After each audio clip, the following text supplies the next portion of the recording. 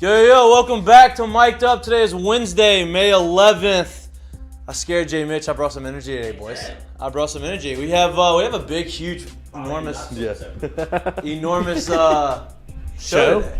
We got King of Crunk, not the King. Yes. No, he's King of Crunk. King of Crunk. I mean, he kind of is. Master of Crunk? Yeah, let's go Master, because the King of Crunk kind of. Wait, what's the name of the song? King of Crunk. King of Crunk Crunk. ain't dead. Yeah, Crunk ain't Crunk dead. ain't dead, exactly. The guy who brought the Boombox, reviver the of leader Crunk. of The the apostle- Boombox, the apostle reviver of Crunk. Yes. He is coming in studio, Drew Bianco. At 11:15, 12 o'clock hour, we have Langston Galloway talk a little bit about NBA playoffs. He has experience on a couple teams that are still in the playoffs. We were neighbors in Detroit, I think, maybe. Big city. We're in Detroit at the same time. There you go. Maybe we're neighbors. Who knows? We'll find out if we were. Go to the same bar at the same time. Talk to the same door guy. We did not go to the bar at the same time, which is kind of crazy that we were there for 3 years together and never crossed paths. I knew he was there when I was there, but baseball season is going on. Basketball season not really going on. He probably came back home. So. There's no playoffs in Detroit. Yeah, they weren't in the playoffs. Rip Hamilton ain't walking through that door. LSU baseball boat race. What happened? Chauncey. The Malice at the Palace. He should have restarted the Malice at the Palace when he was there. Ooh. I think it's going to happen again. But it wasn't the Palace, so can't have Malice at the Palace again because the Palace is no longer there. So it's like Little Caesars Forum or something like that. Yeah, hey, all four professional arenas. They got away from the Malice at the duplex. They are downtown. LSU baseball boat race the fuck out of Southeastern. And you have to have fans in the stands. That is fun. Right? I actually stopped paying attention to the game in the fourth. It's great. That's how much I took a lot of them. It's amazing. I don't even know what the final was. We'll talk a little bit about that. We'll talk more about that when Bianco comes back nice in. Football score. Well, I'm still waiting. I hope he doesn't big league me. We were confirmed yesterday. Got him the address, 11:15, but I texted him again. Will we consider that a live call out? If he's saying he's coming, I'm expecting him to be he liked our promo. Yeah. Oh, there we go. Assuming he's going to be here. The Swiss Army knife for college baseball. The Taysom Hill of college baseball. Absolutely. Tom Brady's son got paid. Back up the trucks. 10 years, $375 million to call football games for Fox. Good for you. That's more money than to be an ambassador. Part of it is to be an ambassador. Fox Majority giving. of it is to call the games I didn't know ambassadors get paid alongside like of that. Kevin Burkhardt, which is unbelievable. Unbelievable. Hey, he's gonna have made more money calling games than he did. I'll just put it like this. To my knowledge, which I'm pretty sure is true, how would you love to get paid $30 plus million a year for something you've never actually done? 37.5. For something you've never actually done. I think he's Tony gonna. Romo. I think he's gonna be better than Tony. I think he's gonna crush it. I think I've seen him talk. I don't think he's gonna be bad, but I think he's gonna crush it. I think he's gonna be great. I think his personality. No. My point is look, I'm not even like off of the idea. I'm just the thought of it is just like, damn, that's crazy. Where's he getting that money? I mean, what if he's not good at it? In their first booth, and they're like, "Oh, Tom stinks at this." Let's be honest. We're stuck with him. Wait, let's be honest. Time out. Like we thought Drew was gonna absolutely crush it. Nah, the Drew wasn't bad, but Drew's good. There's a learning curve to it. Like Absolutely. right. Like not everyone steps in and does what Tony does. No. You know who's good? Greg Olson. Greg is pretty good. Greg is nails. Here's the deal, though. Here's the deal. Fox has a Super Bowl not this year, but the next year. So they're warming him up. Tom's gonna retire, and he's gonna call the Super Bowl. Oh. He's gonna first year. He's calling the Super Bowl. That motherfucker can't leave any Super Bowl. That's what he is. Tom's name. He's will either now, gonna be playing the Super Bowl or calling the Super Bowl. He's always gonna be in the Super Bowl. His name will now reign supreme in football through until football's not played anymore. He is football. He is surpassing. Tom Brady is surpassing the Mannings as like no. as the name of football. I think that's kind of done. I think he's not about to pass like. Well, no, but like the Mannings obviously have three different Mannings, and they were not only Hall of Famers, but they are calling games. Like they're part of the media. A new world of calling games. Tom is surpassing that until Arch comes through the door. See, what they should have done was rivaled Manning cast Tom and Gronk, because Tom's kind of a gatekeeper to Gronk. He can control him. That idea was probably thrown out there. If I had to guess, though, he just was like, "Well, I'm gonna make $37 million a year doing this one." Sorry, Gronk, I love you, bud. I mean, that shows you how crazy media is right now. Is he still the breadwinner, or is Giselle making more? No, he makes more. She's retired. She's retired. She's retired. He makes more than him. He makes more than her, I think. I don't know. Maybe not right now, but when he's making 37.5 a year. I'm talking about career earnings. So Tom's career earnings on the field of play in the NFL after this season will be $320 million, right? He has 15. Yeah. He'll do 15 this year. He's going to make $375 million calling games for 10 years. So he played for 20 plus. He's going to call 10. He's going to make more in those 10 years than he did. So he's going to make, out of those 30 plus years that he's had involved with the NFL, he's going to be making 30. over $500 million.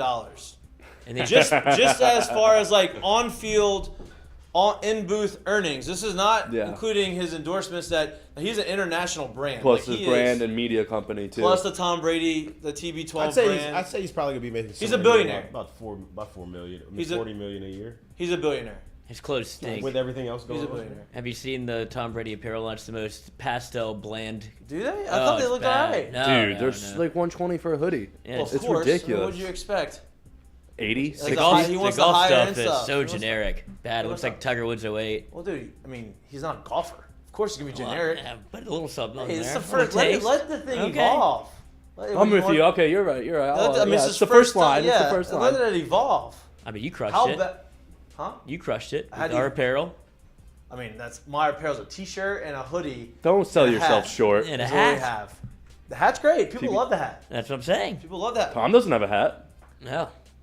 Yeah, Tom's making a lot more money off his apparel than I am. We- Don't get a you cookbook. think this is all a big plan for him to make all this money, get into the NFL by owning a team, No. going in to buy the Patriots and take him out of No. I Robert thought he Kraft? Personally No, fire that's- Bill lubricate Belichick. hands. I thought he was thinking about owning a team, but he can't own a team and be in the booth. They're not gonna let him do that. No, except they had 10 years. You got to make the money, and then he'll be able to. He has own a enough team. money to. He's not gonna buy a team by himself. No, you go in together. You Magic Yeah, so Johnson. he has it. enough money now to where he could go in with people anyway, and like create a business and own it and buy it together. But I don't think he wants to do that.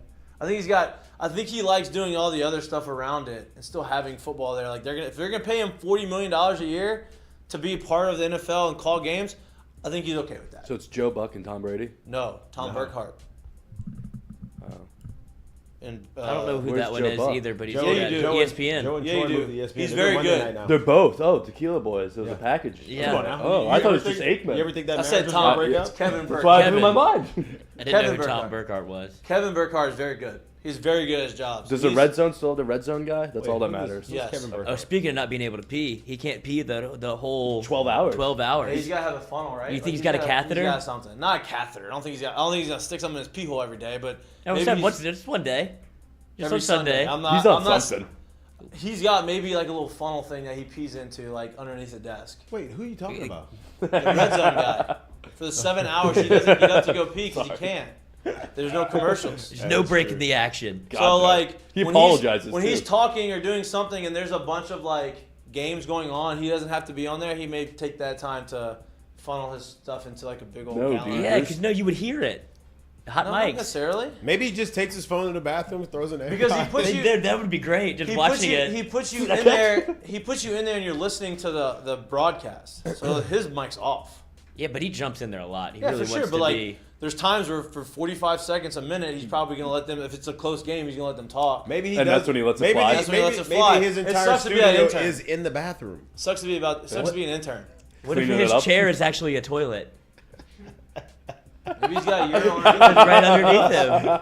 That's where the So funnel you're, goes. so you're saying the guy does the whole show pantsless for 7 Pantsless. hours? Yeah, I you mean, never don't see you it. don't see Zoom his call, waist. baby. It's a Zoom call. You don't see his waist. I Yeah. mean, to be honest with you, that'd be great. That'd be smart. Yeah, just go suit jacket, shirt, tie, And very baggy no pants. shorts, Yeah. so you can slide them to Deposit. the side and get the Jay funnel out. Johnson. No, not Jay Johnson. Not Jay Johnson. He's definitely not standing the whole time. Though. That's like No, he sits. That's barbershop Yeah, work. He there. sits. That's barbershop. That's tough right there. Did y'all see the no hitter? First Yeah. one of the year. Yeah, it is the first one of the year, right? Yeah, it's the first one. Yeah, Last tell year you it was what. like 6 and 10 days I and know. lost its appeal. That's a rookie, bro. Yeah. 108 pitches, 9 innings. There was still a brighter moment. Yeah, I in know. That's in my. That is going to be. You'll hear about that later on in the show for me. But Anthony Rendon, who is, in my opinion, one of the best. Now, if he stays healthy, one of the best hitters in all of baseball. all of baseball. Like, he is smooth. He does nothing ever, like, rattles him. And it may be part of it. Not bad. Maybe part of it is because he's not a huge fan of baseball. Like, he just plays it because he's very good at it. He's got a $200+ million contract.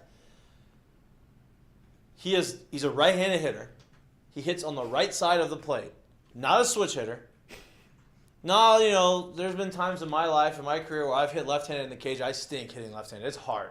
I've never done it in a game. I'm not a switch hitter. I never practiced it. He has also never done it in a game. Probably never really practiced it, but probably messed around in the cage a couple times with it. They are blowing the doors off of the Rays. It is 10-0. Yeah. It is 10-0. Their pitcher has a no-hitter going. He is 0 for 4 in the game. As a baseball player, and Jay Mitch can attest to this, when you're 0 for 4 and you have to go and face a position player, you're like, shit, I've got to get my hit today. I have got to, like, salvage this day. This motherfucker gets up to the plate. I'm 0 for 4. He doesn't, probably because he doesn't give a shit about baseball. Well, that and they're up $1 million. Yeah, but still, and he's got $200 million. Hey, if I'm up, I know, but if I'm 0 for 4, I want to fucking hit. I agree. But it Boost didn't the matter. average, baby. It didn't matter. So he says, agree. "All right, I'm gonna get up to the plate, and I'm gonna hit left-handed. Never done it before in my life. I'm gonna hit left-handed off of a position play, which I think is probably a little harder because this guy's lollipopping balls up there. You don't have any. You can't just run into a fastball from 60 feet. That's tough to hey, stay back on that. Home run. First at bat ever in his career as a right-handed hitter hits left-handed. It wasn't a cheap home homer. run. No, You gotta get it out in Anaheim, to right? It wasn't a cheap homer either. That was smooth. Did you see where his ankle guard was on the wrong foot? It's still left to do it. Just put it on. Yeah, it's fitted for that. It's fitted for. Right, but he doesn't even need to wear it on the back foot. He was just he like, did probably because as a joke. Throw around out He there. didn't care, and he hit a homer. To go back to the guy that threw a no-hitter, like, I saw SportsCenter, and then someone quote tweeted, it's like, I faced him when I was 15, and he threw a pitch, and I just swung. I didn't even know if he threw the ball. Wow. It's just like, he's that good. Wow, he looks like he has a little bit of a shit to it, like a big breaking ball. I don't know anything about him, to be honest with you. I don't even know how hard he throws. I just saw he threw a no-hitter. I saw he was sitting like 3 to 4 or something. I saw a couple of fastballs. Yeah. Like 3 to 4. As a lefty, that's good. I mean, that's It's hard. still good anyway. If you can locate 3 pitches with that, that's good. The last shout out I want to as my intro before Drew Bianco comes on here because he is here. Welcome. Thanks Welcome. for showing I up. didn't even know he was in here. I thought that was no. Shout out to Kramer Robertson. Yeah. Because he made it to the big leagues. You can now say it. He is a big leaguer. I've spoken into existence. He is a big leaguer now. He congratulations. He made the call up. He got into the game as a pinch runner in the 9th inning yesterday. We'll talk more about that, but that is a monumental moment in his career, especially because he's grinded for so long in the minor leagues. He was frustrated because he hasn't gotten the opportunity. He wasn't even on the roster. He gets put in the big leagues. I'm happy for him. That is, as a baseball player, that is the coolest moment of especially his moment's a little different than mine or other people because he grinded for so long. He's 27. He's been 5 or 6 years in the minor leagues. Didn't get put on the roster, and happy for him. Good for him. All right. Yeah, let's give him a round of applause. We had Kim Mulkey on this morning on Oh, Jordan did you? Collada's show. Very hoarse, so it sounds like they had a good time over there. Winner's voice. Kramer. I'm sure they She said should. it's not from cheering. I have an infection. We're like, I think you were cheering. Yes. Well, I mean, what is she? I mean, he didn't play till the 9th as a pinch runner. I know, That's but everything crazy, 'cause before. she's a living of screaming, so she. horse out the It's horse. her off season. Maneri was there Yeah. too. Screaming off season. Maneri was there too. All right, we're gonna take a little bit of a break. Let's get Drew in here and talk to him about everything about LSU baseball. He's been here for 7 years, so we'll get into that. Talk about that. All right, you're watching Mik'dUp, brought to you by Sterling Automotive. At Rejuvamine, we specialize in medically monitored hormone replacement therapy, giving you the energy you need for all life's challenges. We can help get your day started. 1, 2, 1, 2. We can help with those long work days, and we can even make your nights longer. Rejuvamine. Let us be your age-defying clinic. Restore me, refuel me, Rejuvamine.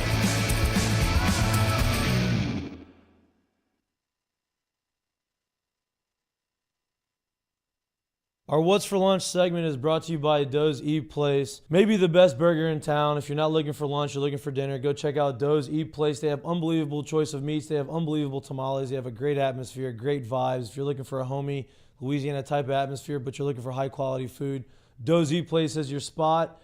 Go in the back bar, sit at the bar, have a couple drinks, watch some games, enjoy the atmosphere, enjoy the vibes. Check out Doe's Eat Place, the best place in Baton Rouge to get your meats.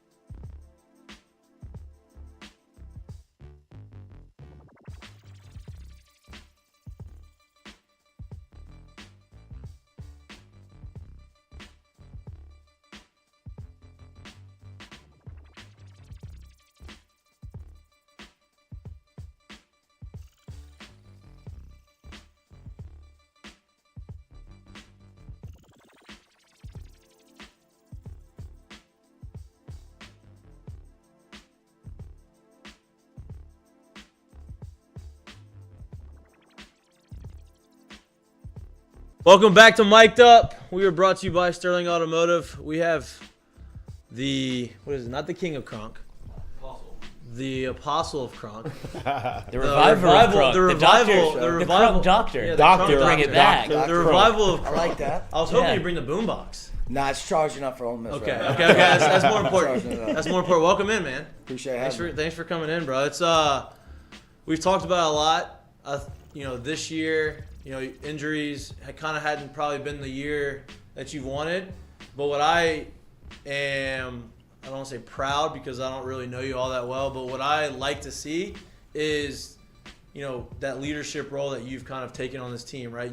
Shit's gone wrong for you. Hasn't really been the season that you probably drew up, but you're right there in the middle of everything. You obviously bring in the boombox in, you bring I always say, come to the show with your personality. Mm-hmm. You bring the personality every day, and people feed off of that. I saw a moment early in the year with Blake Monday coming off the field, and I don't need to hear the details of it, but from watching it and seeing a little bit of it, I already know how that went down, and that was part of what we were discussing. Is I don't know who on this team can do that, and then you do that.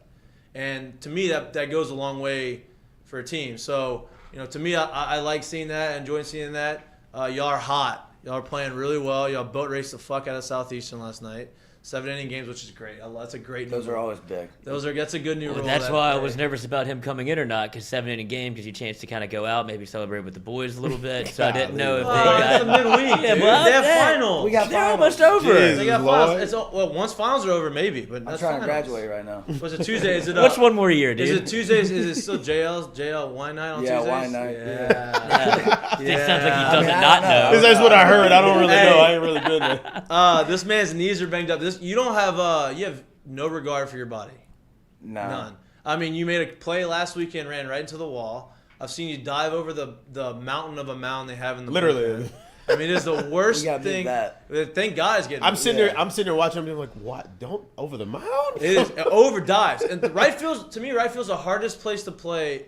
Right field at LSU is one of the hardest positions to play in college because you have the shadows, you have the sun, you have the wind blowing out, and you have that fucking mound. Yeah, that sun It's is hard bad. and it's brutal, right? It's a tough place to play, but you're kind of like a jack of all trades. You got behind the dish the last couple times. You look good back there, Coach. Hey, I haven't done that since I was 10 years old in a game, a real game.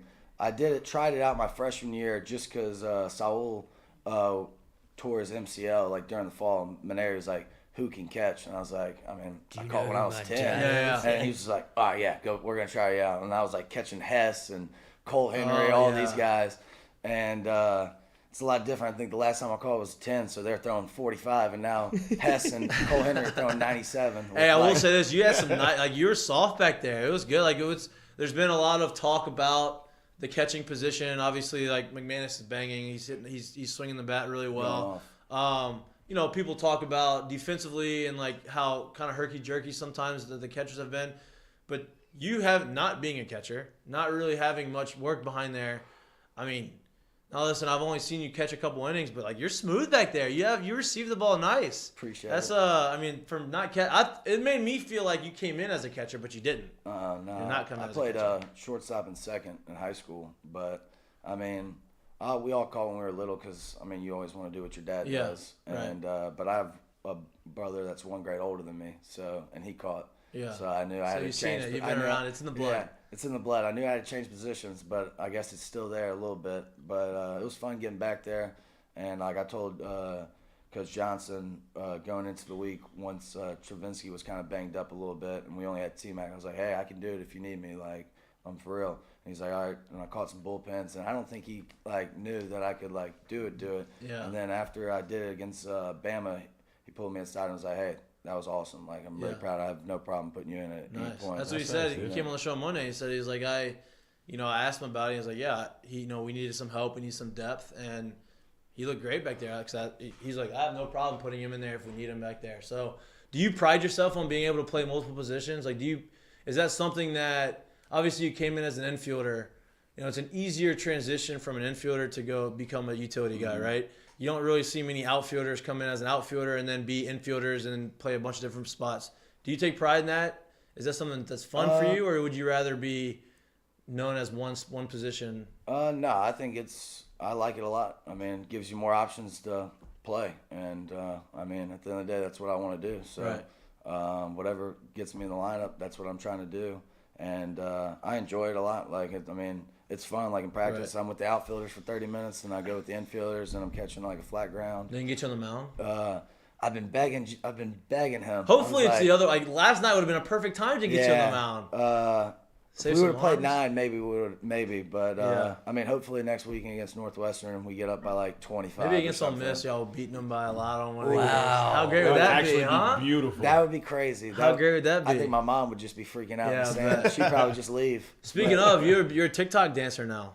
Not a TikTok dancer. I saw that. I have a TikTok, but I don't have any videos. Like, hey, that was good though. You did good. I saw it on was it Instagram? Maybe? Instagram. It was just a little Mother's Day gift. That's good there. though. Yeah. That's good. You need that. You need that energy. What's the difference right now in the team now and the team 2 weeks into the SEC? Because obviously y'all played some teams.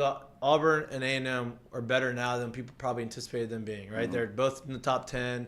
They're both, super regional hosts potentially. And, I don't think people anticipated them being that good.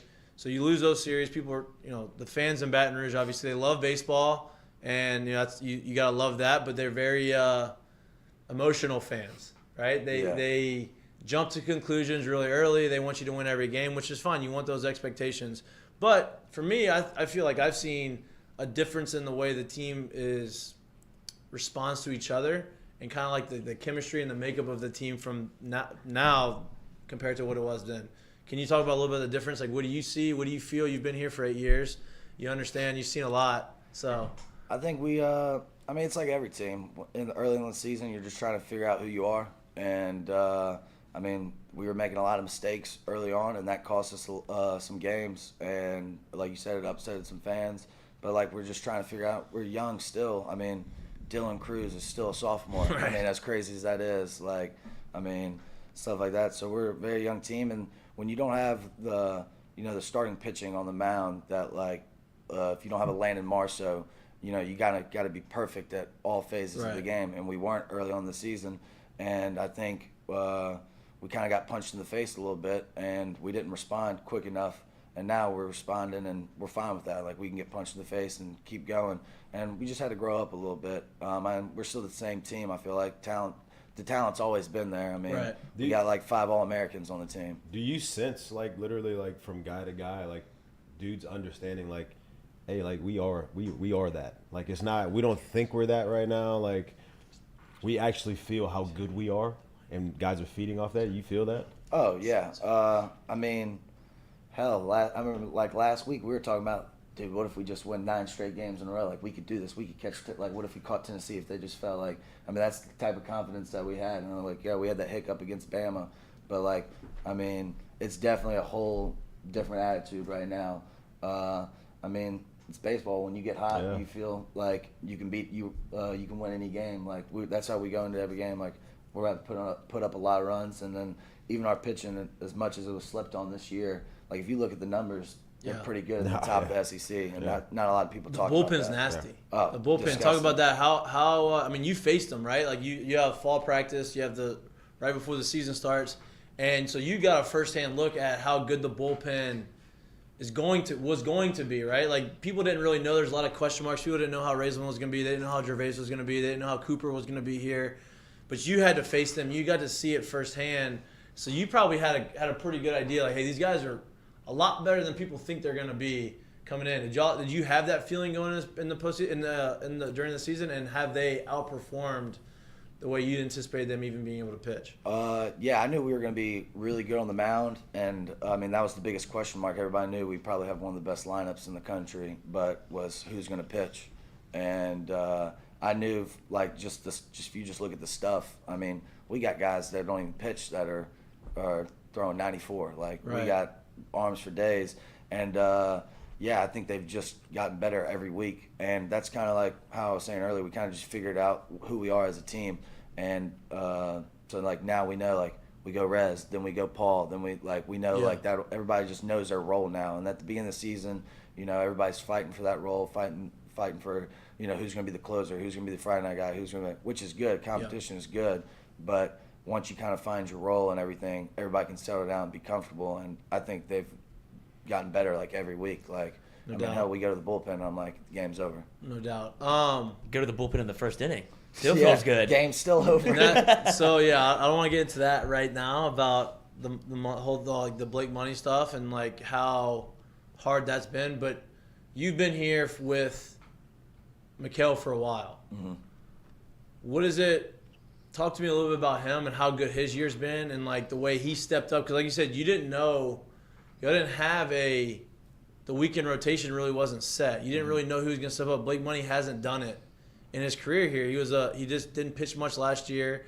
They put him in the Friday night spot. He pitched pretty well. Mik'd has pitched, you know, in and out of the rotation for a few years, but he's kind of taken that Friday night role, and he's kind of been y'all's bulldog on Friday, and it's been nice to see. And, you know, I know being around him it's probably been good to see him take that next step. Oh yeah, I mean, I've been here with Mike. He was my freshman year. That was his sophomore year, so he's a fifth year, and I mean, he's like a brother to me. So, like, one of my best friends. We hang out a lot, and just to see him have the success is awesome. I mean, Mike Day is my favorite day of the week. Yeah. He's got a little swag to him, huh? A little bit. I was like, if you have a Barry Bonds earring, you gotta have some swag. And I'm just like, kind of like the Michael Jordan, like, Last Dance. If Rodman's got to go to Vegas, Rodman's got to go to Vegas. Mike can do whatever he wants. He's got to pitch with the grill in. He's got to pitch with the grill in. Whatever he wants. On Friday, he's going to come out and he's going to pitch his ass off. You know what you're going to get out of him every time. That's what you need out of a Friday guy. You know, you need that guy that's going to go in there and give you at least 5, hold him for under 2, and he's done even more than that a lot.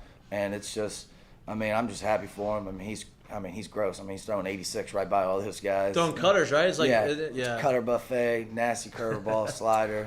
He just pitches. And that's what, I mean, throwing 94 is great and everything, but at the end of the day, it's college baseball. Right. All you got to do is miss barrels. And that's what he does. And he knows who he is. And he just does it every Friday and gives us the best chance. And, I mean, he's saved our season.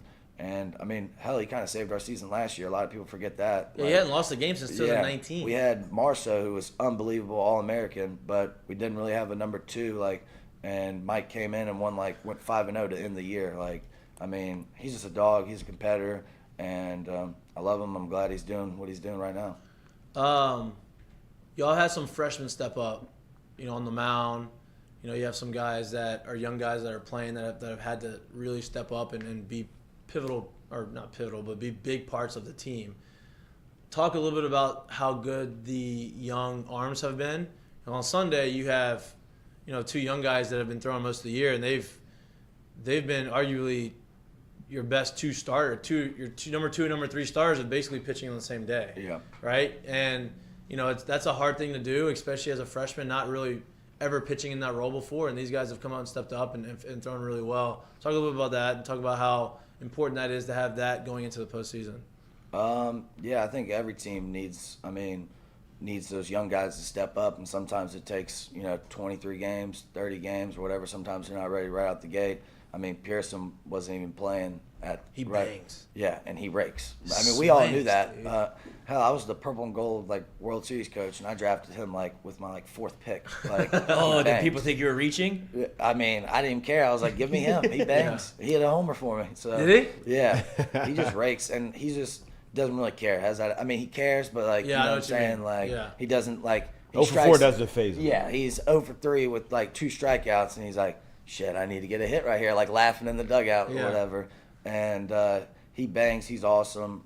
Steve-O's had his moments too, and he's done great. Good dude. And then Sammy D and Grant Taylor.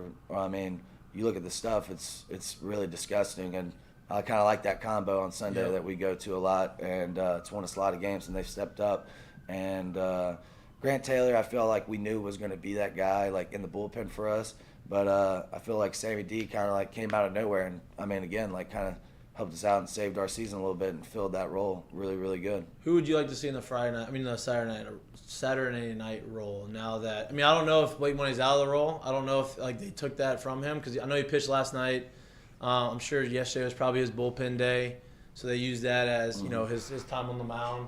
But I would assume that he's not going to start on Saturday. I don't know. You're not Jay, so you don't have that thing. But if he doesn't go on Saturday, who would you like to see in there? Who do you think would be able to step in and handle that and give y'all? Because eventually you're going to need somebody on Saturday to give you 5-6 innings and not wear the bullpen out before the postseason. I thought Money looked great yesterday. Yeah, he did. And I was happy for him doing that. I mean, I got to catch his last inning. That was awesome. He was throwing hard, ball was moving, and he's been working his butt off. And, he's a competitor. It's like hitting. Sometimes you go in slumps, and sometimes pitching you go in slumps. We're going to need him regardless if he's starting or in the bullpen or whatever. We're going to need him to get outs for us in the postseason and stuff. But I'm sure Jay has a plan, and him and JK work their butts off. I mean, they're always at the field. I mean, I thought Ty looked really good. He did great. I thought on Alabama, it was 6 1/3, only 1 run. Yeah, his break. He was landing his breaking ball. Yeah, he's throwing curveballs, changeups, everything moving. And Coop's obviously nasty. Yeah, I'm a big Coop dude. fan. I am too. It's hard not to be. So are we. Yeah. So are we. I mean, on and off the field. Yeah. But I thought he could be a starter for us, but we don't have that many left-hand pitching, so I get why we. Yeah, but Hasty stepping up has been huge. He's been absolute gross. Yeah. I mean, we can roll out a lot of guys there and try it, and I'm sure they have a plan, and hopefully it works this weekend. What was their first thoughts when you saw Coop jog onto the mound in a scrimmage or something? We were like, "There's no way." Basically, Lloyd's telling you that was his thoughts, so he wants to know. I was watching him in the bullpen. I was like, "There's no way. This doesn't make any sense to me at all." He goes out and shoves every time. I mean, I feel like that's the great thing about baseball. You can have any type of body, any type of thing. You don't have to look like LeBron James to be great. I mean, you got some weird-looking people in MLB that are Hall of Famers. But, I mean, he has his kind of like Mik'd. He has his look out there. Different kind of swag. Yeah, different type of swag for sure. I don't know if you use swag, but he definitely – I mean, he's like Mike. He knows who he is, and he goes out there, throws strikes. And he throws harder than I thought he did. He can get up there a little bit, 93, 94. Mm-hmm. Is he the funniest guy on the team? You might be talking to him. No. Funniest, not funnest. They usually go hand in hand. No. Nah. I would put him up there for sure. Malazzo's a clown. I heard. Yeah, him and Malazzo. He's got that. They're kind of the same personality too. Yeah. He's from. Where's Malazzo from? Zachary. So he's got that super accent, and it's he just drops these one line. I've met him a couple of times. Yeah, they both have really good. They're really good at one-liners and just comedic timing. Yeah, good timing comedy. Both of them, I'd say, and they're both just always happy, Yeah. like always smiling, always like. I know why Cooper. We're like in the 5th hour of practice. Everybody's hot and miserable, and they're just both still smiling and everything. They're both good people, and I'd probably put them 1A, 1B. That's awesome. Obviously, Jacob Berry's out for a little bit. I don't know. It's day to day. That's what Jay was saying. It's day to day. It's a little bit of an issue with his finger. But Dugas is back with a vengeance. I mean, he looks since he got back in the lineup. I think that was Saturday or Sunday, maybe. He looks awesome. He looks back to what he was last year. I think he's finally starting to feel. Sometimes being hurt and being on the sidelines for a little bit gives you a different perspective, and it kind of gets you out of you see a lot of guys in the big leagues get hurt, go in the IL, and they come back from the IL, and like those first 2 games they're in the IL, like the first couple games back, they're balling, right? Because they got a little bit of a break, they had that mental break, they were allowed to relax, and then they got to miss the game just enough to get back. With Berry out, obviously I think he's going to come back, but how huge is it that Dugas is back to what he is and how good of a player he is and how much that helps you out in the lineup? I mean, I think that helps us out a lot. I mean, you're talking about a guy that probably should have been, should have been an All-American last year. He hit 19 homers, batted .290, and led the SEC in RBIs, like put up stupid numbers and didn't get like a lot of love. And I don't think he was having a bad year before. No. He didn't have the homers, but he was batting .300 with like 3 homers, and then had like an on-base percentage of like 500. Yeah, his on-base percentage is unbelievable. Like he gets hit by a pitch like every other at bat. And now thank God he's walking now. Yeah, not he's getting walking. And then if that power can come back, it's going to be. He hit a homer last night. Yeah, I mean he's hit the homer, come in the dugout, and had some words to say. I was saying he's back, and I was like, yeah, you back. Nice. You back Well, sure. Then he got the single. Like he's doing it, right? No, like he's doing it. And that's a big. I kind of like him in that leadoff spot too. Me too. Kind of like a Kyle Schwarber, like dangerous. You don't want to. He's a smart baseball player. Like he's a smart hitter. He's savvy. He's been around. He understands. He's not going to have bad base running mistakes. Like he just knows what he's doing. I think it's good. I think it's good for him there too, because the league knows who he is, right? So you can't pitch around him in that spot. Yeah, you get what I'm saying? When you got Murder's Row behind him. Yeah, you can't pitch around him. How good is Dylan Cruz? Is he the best player you've ever seen in college? Oh, by far. Not even close. I mean, I played with like Antoine, who's the all-time like hit leader. Yeah. And he's great. Don't get me wrong, but like Dylan shouldn't be here. Like whoever's the area scout in Florida, all those area scouts in Florida should be fired immediately. Like he hits balls far. It's not even like the homers or anything. It's the fact that he just hits like ground balls up the middle, like 112. I'm saying it's all super. Like you show up to the park and every day. I feel like he's one of those guys where it's like every day. It doesn't matter if it's a 0 for 5. Like there's at least 3 balls coming off the bat, and you're like, Jesus Christ. He does something like that. Yeah, you're like, wow, this man's never missing a barrel. The barrel thing, which is like 90 miles per hour or harder, and like Dylan had like 90 something, and the next highest was Dugas, who raked with like 50. Like, what? Yeah. Like, and he's just hitting Oppo. I thought if I had to put money on, I would have said he'd hitting over 25 homers this year. Like going into the season, like in scrimmages, he's just hitting Oppo homers like it's nothing. Like you don't see that in college. Like you see it every now and then, like in a game, but like he doesn't eat. Like most of his homers are to Oppo. Yeah. Like he's stupid talented. But like the biggest thing I love about him, he's just a good dude too. Yep. Like. A lot of those guys that come into college, high-profile guys, draft guys, aren't really the coolest guys to hang out with. But, no, he's awesome, super nice, super humble. You wouldn't even know he's Dylan Cruz if you didn't, go to the games or anything. Right. Especially if this is the picture you're going to use of him. That's not what Dylan Cruz looks like. What is that? I mean, that doesn't even look like him. Give him a little butt chin. They did more than that. They looked wiped like Goodman his face. It looked like someone elbowed him under there. Like, why would they do him that? I don't know. We Has got to he talk seen to this? media people. I didn't see that, no. I mean, tell me that doesn't look anything like him. I mean, he looks like him. I know his face. I mean, I know it's Dylan, but his facial structure is way off. Sodium filled. Yeah. We got to get a better angle or something. That's Been not him right maybe now. after an off That's week. not him right that's now. not him. I don't know what they were doing. He just has to win it again this week, SEC Player of the There you Week. go. Oh, no, We get that Co. switched up. Yeah. But they should have cut That that was picture anyway. ridiculous. Like as soon as they That took was that picture and they ridiculous. looked at it, should be like, go ahead, do that again. Let's just run that back. Yeah, we this screwed ain't the you one. up. Yes, face out a little bit. Like they usually This direct ain't the you a one. little. But have you talked to the? Oh, go ahead. I was just asking you, did he say anything? And you don't have to tell me or not. But was he like SEC Player of the Week? He had to be a little surprised. No, I know he doesn't care, but that had to be. To him at lunch. I was just like, bro, how the hell was it co? And then like the other guy, he had a good weekend, like Gush 500, and like they swept State on the road. So I mean, going in Starkville and winning.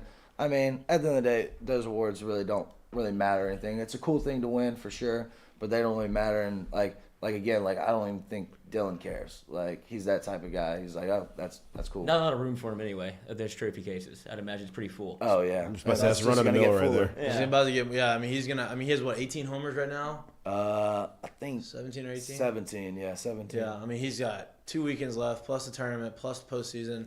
I mean, I think he's good. Say all that. I think he's good for. I still think he's hitting 25 plus. You think? I still think it. I 8 mean, more. he hit like 4 in the regional last year. Yeah, he can get hot. Yeah, real quick. I mean, he is hot. He's getting hot right now. Yeah, and it's hot too. Wind's blowing out. Like I Fans think are in the he's stands. That's it. Shorts get a little shorter. Sundress season. Yep, that's it. Jacob Berry. And he has to come back. You hate to hear that. I love. You really it. do. I mean, Yeah. For him, Damn, there's rules. he loves it. I'll assume he loves it. Well, yeah, Oh, easy yeah. as hell. It's probably JV for him. Yeah, he was a little quiet when he first got here, and that kind of shocked me. But he's definitely opened up more, and like he loves. I mean, college is fun. Like, for sure, of course. Yeah, and especially he when loves you're. it. Especially when you're Dylan Cruz. Yes, like, yes. for sure. College is fun. College is Especially fun. here at LSU because baseball Yeah. is a big thing here. You got football season. Like, Yeah. I mean, just being a college athlete is fun, but then Yeah. being one at like a big school like LSU is fun. Yeah, I'm sure he's happy he's coming back for another year. We call Jacob Berry Lance Bergman because he's got no swag, but he can absolutely Bang. rake. Yeah, and he's go for both sides of the plate. As and, like, gentle as it is at the yeah, plate. he absolutely hammers balls. Like he crushes balls, obviously both ways. I guess y'all didn't play against him last year, so you probably knew who he was because the numbers he put Well, he up. put my dad out in the Super Bowl. That's right. So That is yeah, true. He had like Yeah. a 500-foot bomb, so I knew a little So bit. you of knew him. what he had. I didn't really like him or Jay at first. But then they both came here. I was like, all right, they're not that bad. He doesn't talk much. No, He's not pretty at quiet. all. He's all about business, huh? Yeah, we always joke about it in the dugout, like how he just looks miserable. Does out he in the smile field. ever? Not on the field, which No. I don't get. If I was Yeah. batting 370 with 15, Yeah. I don't think a smile would We come off haven't my seen a face. smile from him. I haven't seen a smile either. We Even met when him. he We met him at the same time one time. Even when he gave us hits like homers. he hit us with a head nod and like He a. runs quick, like, just yeah, quick yeah. around the bases. Goes. I'm like, Oh, we dude. saw maybe his first bat flip was Oh, over he the did have, weekend. yeah, he did have some nice bat flips. Yeah, get a He's little swag. what makes him so good? I think just his approach, like it's a real like big league approach. I mean, hell, I think he only has like 18 strikeouts. Oh, Like, really? Yeah, like it was 17 or something going into this like past week. So I don't know how many times he struck out Bama, but like you're hitting 16, 15 homers, and he almost has more homers than he has strikeouts. Yeah, That's crazy.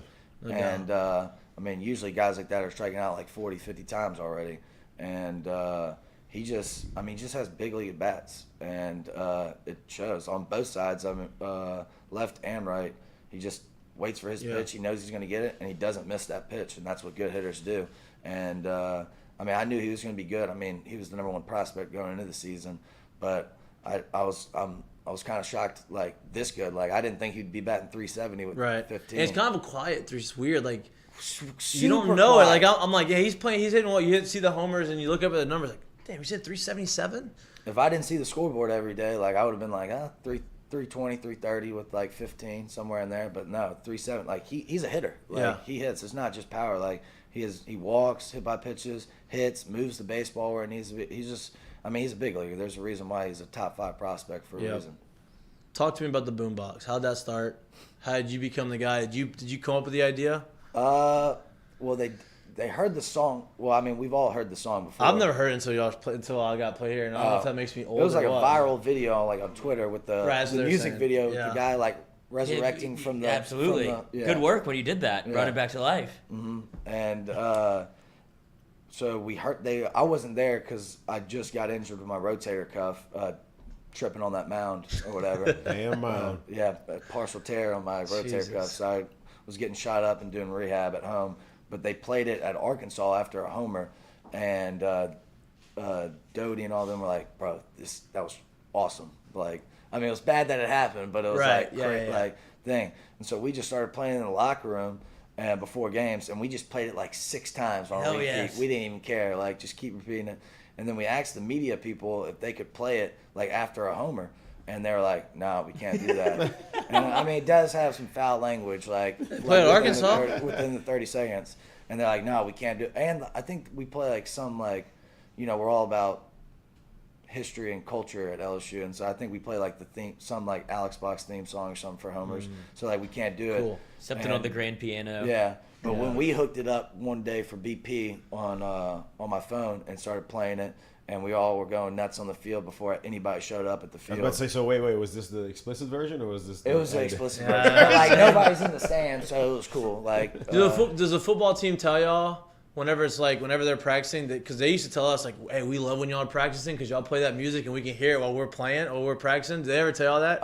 No. They love it because they can hear it all the way when they're practicing. And they're like, damn, when y'all are practicing, it kind of gives us a little juice because you have the music behind it. Yeah. And so then we were like, damn, they can't play it. And then Chief, our hitting coach, was like, why don't y'all just get a speaker and play it in the dugout? And we're like, y'all cool with that? And he goes, yeah, well, I don't care if it means we're going to score runs. And we're like, all right. And so we're like, who's got a speaker? And Brennan Holt, freshman on our team, I was like, yo, I got a boombox. I was like, yeah, go home. That's even better. I was like, go home, get it right now. And he brought it, and I was like, I'll bring my phone out there and connect it to the Bluetooth. And So was it already an LSU boombox? Yeah, it was already like he got for some reason like. I think that company made a couple for the basketball team, and then like he DM'd them, was like, "Hey, can I grab one?" And they're like, "Yeah, sure." And they sent it to him like early in the fall. Wow. So I bet he's been sitting on that for a while. They're probably fired up about that. Oh yeah, they've been like they got to be. That's just I mean, LSU baseball has tweeted that out like. I mean, you're walking out. That's your profile picture now. That is. So how loud is this thing coming from the dugout? Like the first baseman looking at y'all like, what the hell? Oh, it's pretty loud. Like it's. And you catch it on TV every now and again. Yeah, it's awesome. Especially like yesterday during the midweek game. Like if I let it play too long and the cut, like you can definitely hear it during a midweek game, like in the stands, like the word. So we have to make sure we cut it off. But like when there's like 10,000 people, like the people in the stands can't hear it. We can hear it and we're going nuts. But like Bama wasn't that packed this weekend, and we were playing it, and like all the fans were like started kind of getting. Oh really? Yeah, there's a couple Alabama fans. Once they started scoring runs, they were just Oh man, that's fun. That's good times. That's great. Oh yeah. Well, it feels like it's kind of been something that has spurred on a little bit of what LSU baseball looks like right now, where it's like there's energy back. Like we've attributed some of it to the weather, stuff like that. But I think a lot of it is like it always takes something, you know, to either get a team going in the right direction and you start playing well. Then you have something to either like attribute it to or look forward to, and it feels like it's been the speaker for this year. Yeah, but it's always something like it really happens. It's like an organic thing. You can't really plan it out. You don't know how it's gonna happen or what the hell it's gonna be. But it's like once a team can like figure out something like that takes away from the stuffiness, if you will, like when you're out there and you're playing and you just kind of like, bro, we don't care, dog. We just having a good time. Doubt. This is fun. Let me get back in the dugout so we can have some fun. Yeah. Like boys can't wait to hear this. They can't wait to get back in it. They can't wait to. Like, and then you don't mind being on the bench. Like everybody gets a little bit more engaged. You're like everybody's kind of pushing in the same direction. It feels like it's good for the good chemistry. Yeah, it's something you can't force, but for sure, like when you find that thing or something like that, like. I mean, hell, we got everybody. Yeah, like the games I don't play, like I'm like, let's go. Yeah, like, I feel like I'm having the time of my life out there. Hey, y'all have a lot of juice. Whenever I feel like when people start talking a little shit to y'all, or there's some chippiness, like y'all got a lot of juice that come out of it. I feel like that's like early in the year. I feel like that y'all need like that when that happened, y'all played y'all's best baseball, right? But it was hard to continue to create that juice. And I think that's what the Boombox does. Is it gives you the juice always, right? With that, you always have people in the dugout that like to chirp a little bit. Y'all have a little chirping in the dugout? A little bit. I mean, I'm not a big fan of like fake juice. Like no, it can't have fake juice. Yeah, like that. It has to be like real. It has to be like even the chirps. Like I'm not gonna talk crap unless like you come at me. Then it's. I mean, I grew up with 3 brothers. Like you say something to me, I'm coming at you. Right. Like 100%. And I think we've had that. Like Florida, we kind of got into it. And what was the other couple? You had 2, like there's like 1 or 2 other incidents. Like it was Florida, and then you had another one where it wasn't Arkansas, Mississippi State. I think it was maybe State, Florida State, and then A&M a little bit too. Just because Coop, whenever he gets a big strikeout, he just lets them hear it. Like does he? Oh God, yeah, he just lets them hear it every time. Who talks the most shit on the team? We got that much shit talking. I love it. like in the game, actually, probably Coop. Like when he gets a strikeout or whatever, like it's a lot of words that he probably needs to go to church for after. I love and, that. Like, he lets them know. Rezman kind of gets in their ass too. Rez does. Rez Right? does. I didn't see like And when it's he shocking from Rez. 'Cause, Right. Like Rez ain't like that. But Yeah. when he like, I mean, when you're throwing 98, 99 and you strike somebody He out. had one the other day. He struck someone out. I don't know what inning it was, but like he like literally stared the guy down. He like started walking towards Yes, the guy. And I'm yes. like, yo, all right, Yes. we're going. Oh, you need that though. Oh yeah, You have that. It gives a lot fires it up. of. Yeah. I mean, that's what makes like sports fun. Is I mean, not like you want to get in a brawl or anything, but like that competitiveness. Like, hey, like I'm better than you. We're gonna come. Like all that. Like, I mean, there's some games where like last night where there's nothing going on or whatever. But then I mean, it's SEC. Like every game matters. It's a playoff game. Like you're gonna get like we're fighting for our lives. You're all fighting for your lives. It's gonna happen and. I mean, it's fun when it does. It makes the games a lot more. Like, I think that was the energy boost against Florida. Like, that really got us going and fired us up. Are y'all gonna make it to Omaha this year? I hope so. I think y'all got a legit shot. I think like where y'all at now, compared to where y'all were. I think that with guys, because we talked about it before, is you have. Sometimes it takes one or two starts. Like you don't need a guy to pitch entire season to be like, okay, this is our guy, right? And then go through the postseason, and you don't necessarily need that. You just need someone to have a couple starts in a row where he's starting to feel good about himself, get to the postseason and get hot, and now you have your two starters that can carry you all the way to Omaha, right? You see that all the time. You see guys, a couple guys, maybe guys in the lineup that weren't playing well all year, then something clicks at the right time and they get hot. You know, I think that you'll have the ability to do that. I think that y'all's lineup is dangerous enough. To do it. Obviously, there's always been the issue with on the defensive side of the ball a little bit. You know, I think that y'all have kind of righted that ship a little bit. You know, I think defense has gotten better as the season has gone on, right? And that happens. Like you said, sometimes baseball is just kind of a weird thing where it just happens. And, you know, but you can see the defense has definitely gotten better, for sure. right? Like yeah, they're not, 100%. Yeah. you know, they catch balls like they did last year. I played better defense last year. It's basically the same guys. Yeah. So. I mean, hell, I hope we make it. I mean, I'm 0-4 in super regionals since I've been here. It's a good so time. Let's, it's good. Let's change that. And yeah, I mean, like you said, it's just about getting hot at the right time. I mean, we finished 9th last year in the SEC, and we were 2 games away from going to Omaha. Yep. Like, I mean, at the end of the day, it's just it's baseball. Whoever plays the best that day is going to win. No doubt. And I think we got a really good team, and I think we got a good chance. We just got to keep doing what we're doing. And my dad always says this, nobody's ever miserable in Omaha. It doesn't matter if you're like the 40th guy on the roster, if you're the equipment manager that washes the towels, nobody's ever miserable in Omaha. Everybody's happy.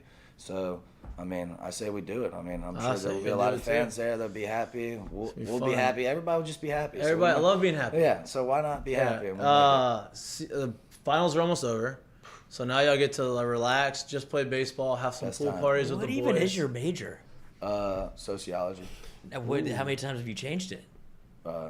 No, just sociology for 6 years. This man knows what he wants. 4 years. It's only been just 4. I'm a joking. normal senior. I'm just joking. COVID screwed you up a little bit with everybody thinks you're a COVID senior. You're a normal senior. Everybody So thinks you could come back. But your name Jay just reigns here, man. So it just feels like you've been here forever. Jay in our first meeting was like, "Yeah, we got the 6-year guys like Vittmeyer and Bianco." I'm like, "Bro, I'm a normal senior." He goes, "Are you really?" And I'm like, "Yeah." I'm like, "I swear." And he goes, "No." And I was like, I'm not lying to you, man. Like, this is my 4th year. I'm not the smartest guy, but I'm pretty sure this is my 4th year.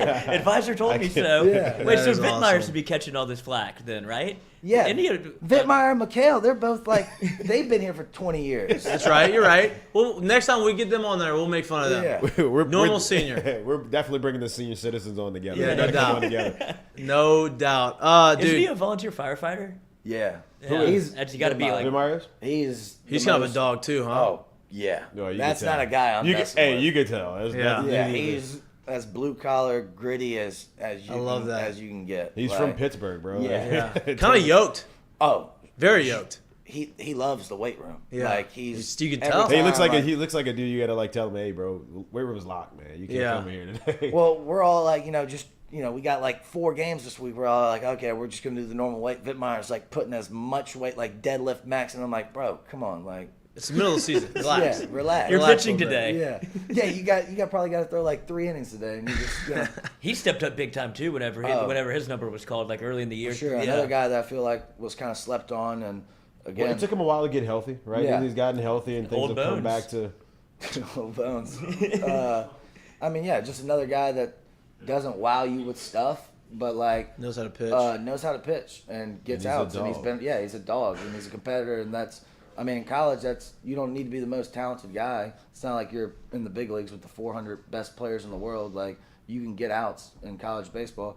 And he actually doesn't have bad stuff. Like, he's 90-91, gross cutter, slider, and then just throw strikes. And if you Right. can throw strikes in and out, it's hard to hit in college doing that. No doubt. Dude, thanks for coming on, man. Thanks for I've having been me. trying to get y'all on there. But now we're on a little heater with all the players coming on. So this is Speak of it though. Speak of the heater. oh yeah, Can't- ever you can't since can't not speak of the yeah, heater. ever since that we've gotten players on, Jay We've been on, winning. y'all been winning. We've been winning. I don't think that's a coincidence. I think that's just good We got vibes. to keep it going. Good vibes for sure. Good vibes. So I like that. anytime you want to come back on, once the postseason starts, school's out, like come on the show. We'll be here, obviously talking. We talk LSU baseball all the time, so we talk everything. But obviously, You're like this too. We're on at Uncle Earl's on Fridays. It doesn't even have to be during the season. So you come to Uncle Earl's 4 to 6. oh yeah, boys can I don't after even know what that is. whenever y'all My win, uncle's house. whenever y'all win, y'all come celebrate. We'll have an Uncle Earl's party. For the Mik'dUp show, have a party just for the boys. Have sure, a I'm playlist. down for that. Have a playlist with one song on it. There we go. Just on repeat. There we go. Dude, thanks for coming in. Thanks for having me. Anytime you want to come on, come on. Good luck to you boys. This Yeah, week. good luck this weekend. Good luck to you. Hopefully, you just Sorry, rub it in your Dad. dad's face. Yeah, sorry, Dad. Hit another homer against them. I would love That'd to see be that. lit. Yeah. I would love to see that. I'm sure your mom would. I don't know which. I think she'd love to see that more than. Well, this is her first time coming to the game. She wasn't even. She didn't even come my freshman year. She was too nervous. Really? She didn't even be a part of it. So Wow. she's coming, and my sister, and my brother coming. So Oh, that's it'll gonna be good. Big to family. see It's that. a be huge awesome. weekend for you. Then. Yeah, no doubt. Um, Just to see the fan. And then you're gonna All be right. behind the dish, and your dad was a catcher. That's just crazy. It all comes Yeah. full circle. If I'm behind the dish, we're either up by a lot or we're down by a lot. So, We only really wanted to be one way, yeah, not one the way. other way. All right, we're gonna get him out of here. Get reset for. I think Langston's coming in a little bit. He's probably almost here. Again, bro, thank you so much. Appreciate You're it. watching Mik'd Up, brought to you by Sterling Automotive. We'll be back in a minute.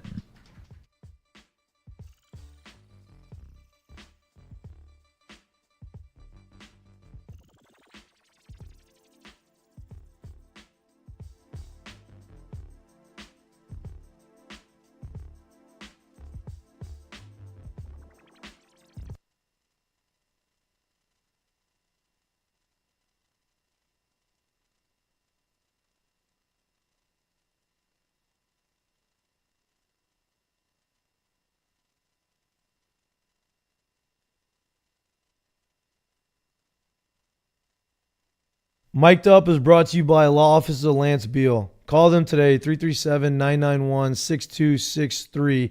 They know what it takes to win. Their practice areas include personal injury, small business, family law, estate planning, with an emphasis in construction law. Your choice for reliable representation. 337-991-6263.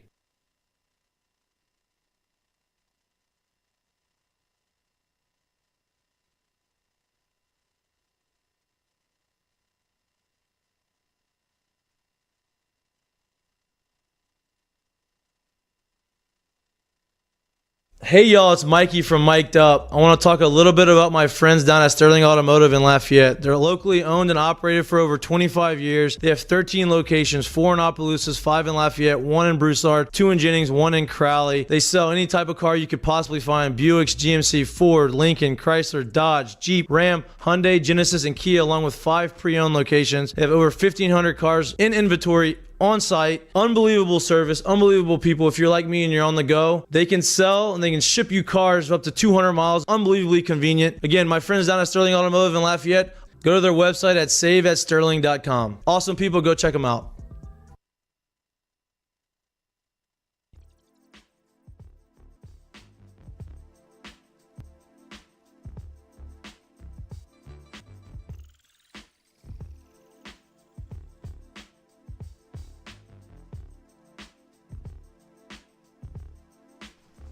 Welcome back To Mik'd Up, brought to you by Sterling Automotive. Drew Bianco is out of the building. He is a stud. He is great. Love the energy. Great energy. Need that energy on the team. Got the See why he's a leader on the squad. Yeah, no doubt. Absolutely. You felt it, right? Yeah. He's like, he's just been there and knows it. Like, Not phased by this. yeah, not phased by. I would imagine that, like, with Jay Johnson and Jacob Bear, like, hearing all of the smoke around LSU baseball early on, that he was like, boys, it's going to be okay. Relax. Like, you don't Well, he's been read there. any of this. He went through last year where they weren't, like you said, they were the 9th team in the SEC. They were not very good. And then they got hot at the end of the year, made the postseason. And like you said, 2 games away from Omaha. Like, he's been in way worse situations than they were now.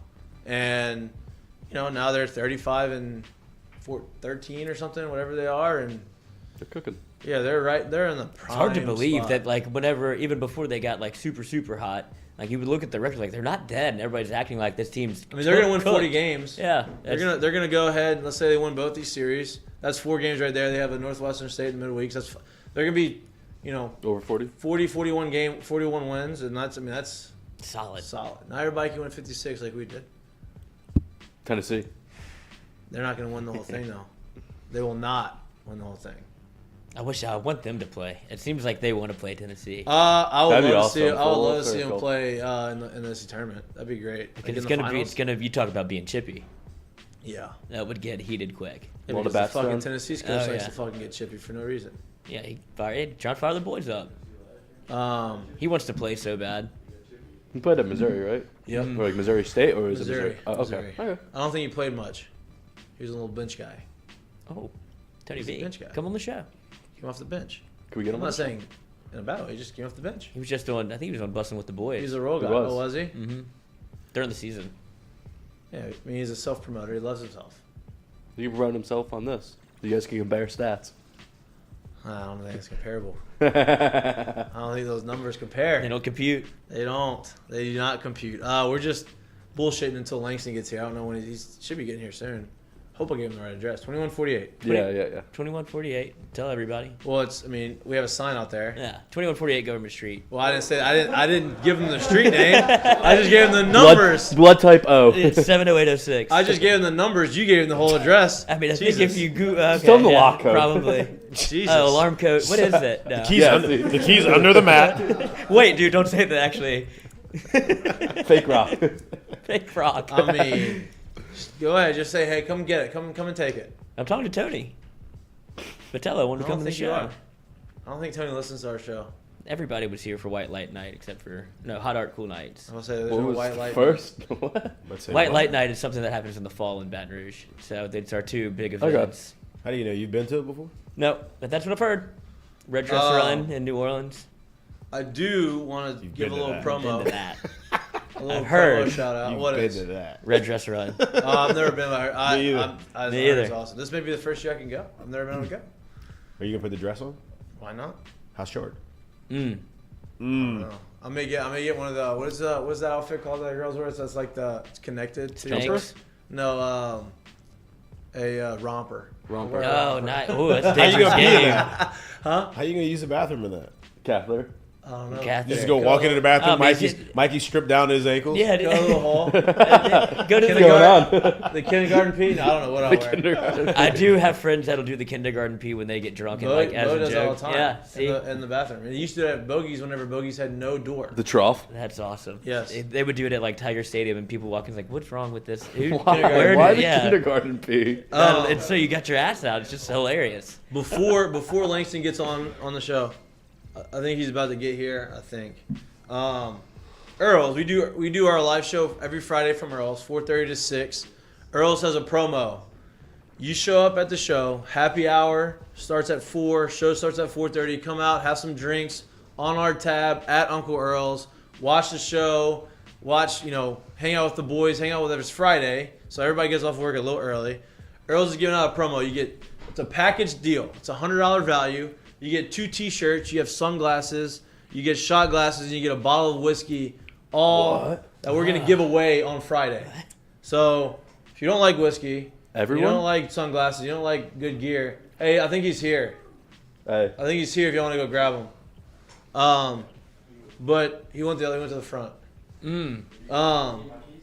But yeah, so that is the giveaway. We have a package. It's just something that we're only giving it away to people who are actually at Earl's. We're not giving away to callers or listeners or anything like that. We had our first kind of guests, I guess fans, you might say, like show up on last Friday. Good experience. They have couches there. You can sit, come, say hello to the boys, get a couple drinks. They're free. And then you get to hang out. Then you have a chance to win even more whiskey. And the more we get, the more people we get there, and the more popular it gets, the better gifts we get. So can't come out the gate hot. You gotta prove it to me. Earn something. Yeah. Take you on the date first. Exactly. Come on, Cook hang me out dinner. with us. All right, Langston just got in studio. We're gonna take a little bit of a break. You're watching Mik'dUp, brought to you by Sterling Automotive.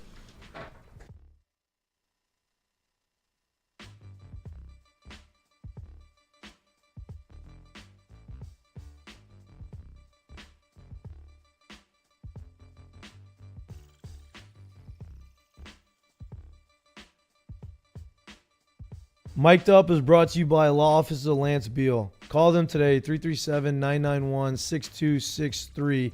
They know what it takes to win. Their practice areas include personal injury, small business, family law, estate planning, with an emphasis in construction law. Your choice for reliable representation. 337-991-6263.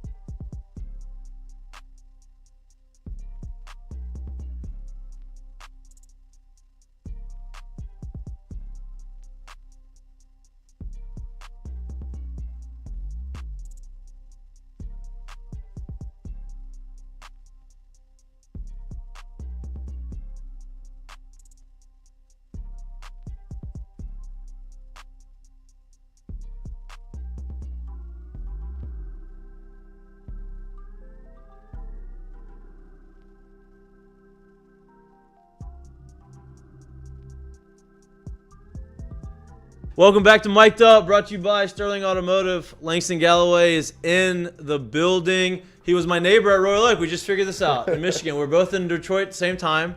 He's my neighbor. He also is the owner, founder of Ethics shoe brand. Yep.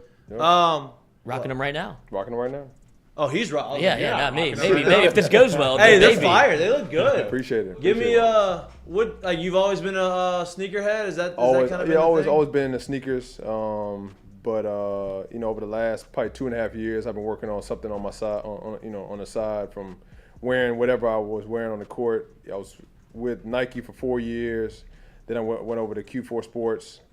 They kind of got my juices going when it came to like the creative side of things. And then after that, I just kind of went on my own and said, hey, I'm gonna kind of figure it all out. How does that work? How does that process work? What really sparked it? What was it that made you want to really start your own thing with it? Well, I started seeing like guys like that were in my not similar position, but guys that were in the league that their careers were kind of dwindling down, or guys that they had opportunity to kind of like continue to blow up, but they never had ownerships into their own brand. Right.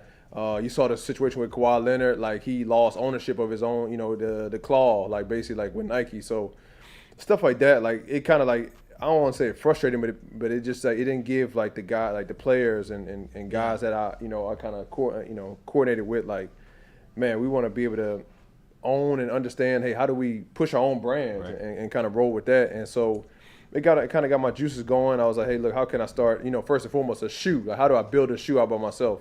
And then it kind of built to like, hey, look, let me figure out a way to launch my own brand at that point.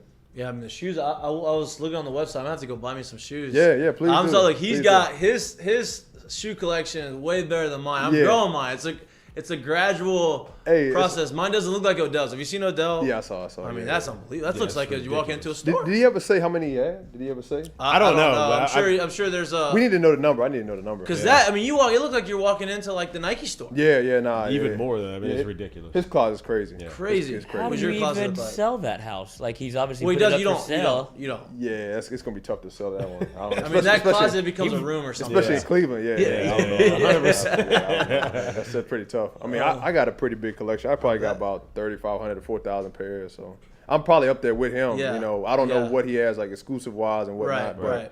But, Well, when you're with Nike for 4 years, you get 80,000 there you go. shoes. Yeah, that's it. Now, did you get rid of all the other ones, or you still only use yours? Though you have a little mix of different brands. So I still have the collection that I collected. Like Yeah. I still have that. Okay. That's kind of like I have like my own like side brand called Right. LG Kicks, and that's basically where I have my own community where we talk about sneakers, selling, and trading sneakers and different things like that. So that's like a side hustle, something that I do on the side. But ethics is kind of like what I've been pushing, what I've been. How long all has about. ethics been? How long has it been like a company? About 6 months now. Oh, so it's new, brand new. Yeah, Nice. 6 months. Yeah, I launched it in the finals this past season when I was with the Suns.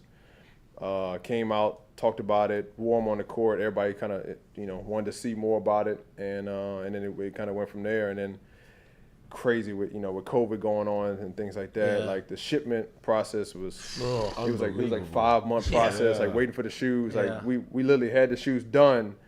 And I get updates every couple of days. All right, the shoes are in Korea. The shoes are stopped here and this port, that port. And the next thing you know, they finally get to Houston. And then when they finally get to Houston, then it's like, all right, now we got to wait a whole another 2 weeks, 3 weeks till they can kind of unload all the other crates in front of us. So. The real world stuff that you real world problem. Real world problem. Well, that's a perfect transition. Go, you got a question? Go for it. Well, I was thinking to myself, I'm like, What size is he? That's what I was thinking. You wouldn't have to be a 9, would you? I'm 12 and a half. Oh, Hey, that fits me. Oh, no. There I it go. is. There it is. There I it can is. just wear a bunch of literally, socks. like you obviously live a life in tennis shoes. Yeah. Top 3 to 5 pair. Like, what's a pair that you would literally buy until like you would keep rebuying? Just On the court or off the court? either. So I'll give you my top 3 off the court and top 3 on the court. Top 3 off the court, like my personal favorites. Jordan 13, he got games. That's my favorites. Like so, 13, I can rock them all the time. I can always rock like Asics. I'm always rocking those. And then if I had to, just rock anything, just some New Balance, some 775, something like that. Like those 3 are probably my best, best shoes. Yeah. On the court wise, probably like Kobe 4s, 5s, 6s. I can't do the 8 lows. Yeah, I mean I have all the I have all of them, but man, I can't do them. I'm trying to think what else. I've done like the Hyperfuse like back in the day, lows, throwback colors. Yeah. And then probably just some if I had to go like a different brand. What else did I rock? I did some Adidas, like some what were they called? Not the Crazy 8s, but what's the other one that it's called? I can't. But I'll just go crazy. Yeah. They like the basically like the shell toe version, but they're like high tops. Okay. I can't think of the names of them right now. I'll think of it in a second though. But yeah, those. You talked about launching it in the finals, Yep. right? When we were with Phoenix. You've obviously, your career has been, I kind of really want to get into it. Hopefully you don't have a time limit because I have some questions. Because I played baseball, right? Yep. So, like, you have the minor leagues. You go up and down the minor leagues. Basketball seems like it's the only other professional sport that really does, like, you can bounce around from team to team. Like, you're 10-day contracts, G League, or now you get signed. Yep. How does the process work in basketball? If because you first started, you played for the Pels, which that had to be awesome. You played for basically your hometown team. But how does like a 10-day contract work? compared to, you know, if you're a full-time or whatever player? Yeah. The biggest thing, you know, you only had that 10-day window to Right. figure out, hey, look, you know, can I sustain on this team? How can I show out? How can I, you know, get all the, I don't want to say accolades, but just, you know, really just have an impressive 10 days. You normally get about 3 to 4 games in that window, or at least if you know, with this year, COVID happened, so you would kind of get allotted like those 3 or 4 games. If something happens with COVID where you couldn't travel, because we had an incident this year.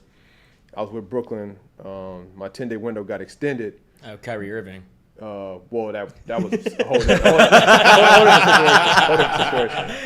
different situation. But we were supposed to go to play Portland because we had LA on Christmas Day, and so we were getting ready to head to Portland that day.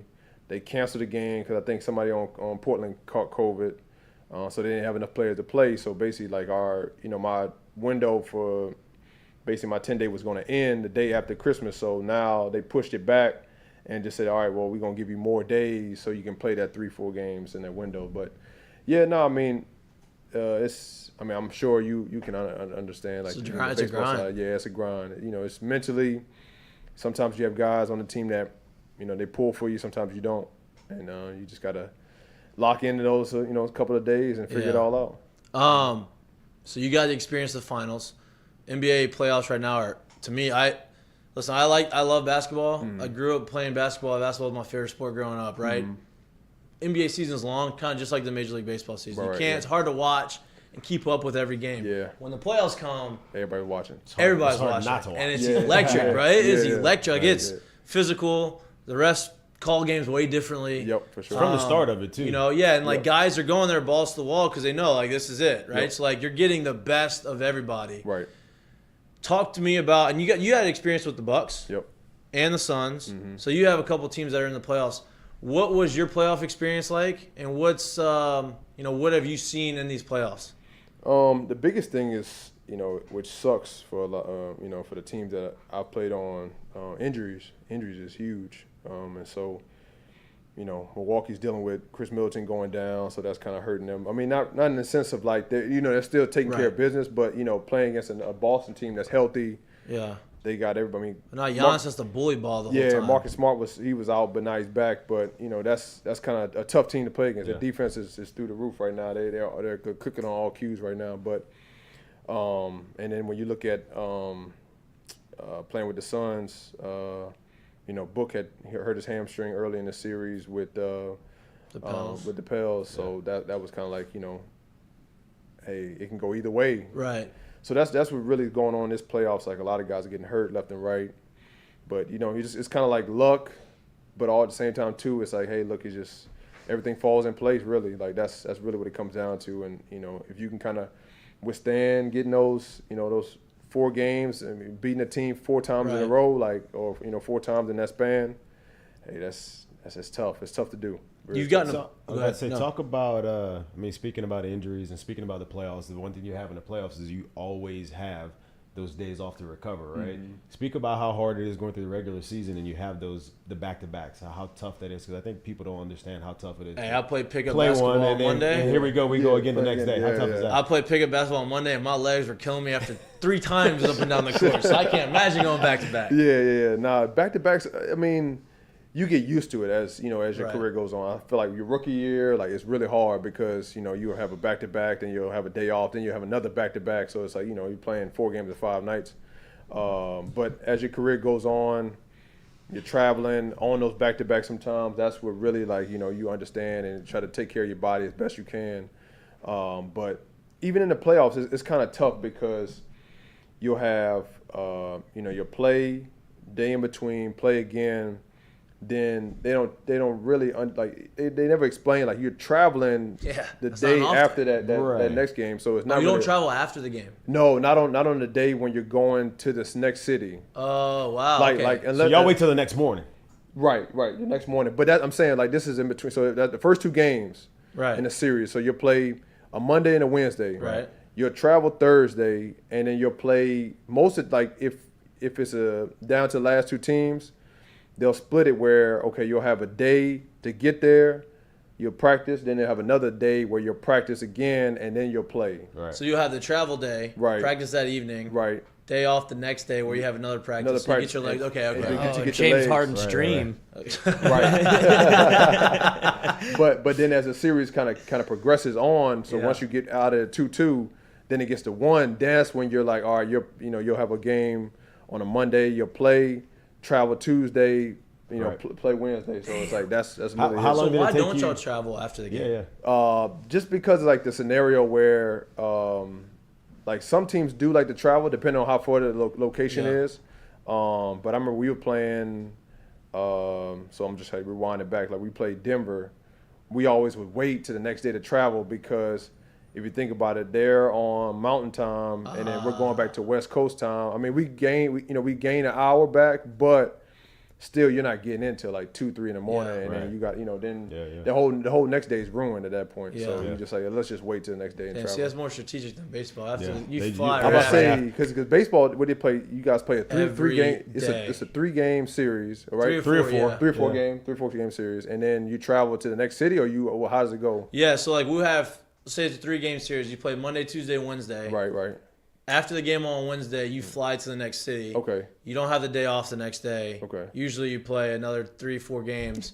Usually the way it works is probably going to be 3 and 4. Usually you probably have, unless you're playing like a 2-game series in a Right. week, which only happens don't if happen like a it's lot, a yeah. close, Yeah. close Somebody in travel. division or something like that. Yeah, so like you'll have like 10 straight days of playing, Dang. but there's no days off That's in between. tough. That's tough. Yeah, then you travel, because the same thing. Sometimes, like if you're going from coast to coast, Right. they'll give you a day They off. give you a day off. But yeah, but yeah. just like you said, like what y'all don't want to do, it's pretty routine in baseball. Like you're Yeah. getting in at 2 o'clock, 3 o'clock in Right. the morning, and Yeah. you're playing. In the next day. Detroit, we Yeah. had a stretch in 17. We had a stretch where, because we were good, we had a bunch of guys. Like Yeah, we you were had a supposed to really be squad. good that Really year. good squad. Yeah. And so we had a bunch of primetime, like late night games. Uh-huh. So we would get, it was a 10-day road trip. Right. So we finished the game. We had Sunday night baseball in Boston. Right. Had to fly from Boston, and we had to fly to Chicago after the game. Right. Yep, Usually yep. Sundays are day games. Right. Night games. So we got into Chicago at 3:30 in the morning.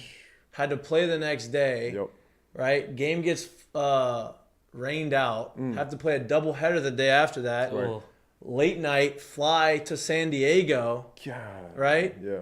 Don't get a day off, or actually you do get a day off, but we didn't get in until 4 a.m. Right. So it's ruined. yeah. Right. Play which San is really Diego. like 6 a.m. Right. Because your body's Right. on West Crazy. Coast time. Yeah. West Coast I mean, time, East Coast time at the time. Then we yeah. leave there and go back to Detroit, and we land in Detroit.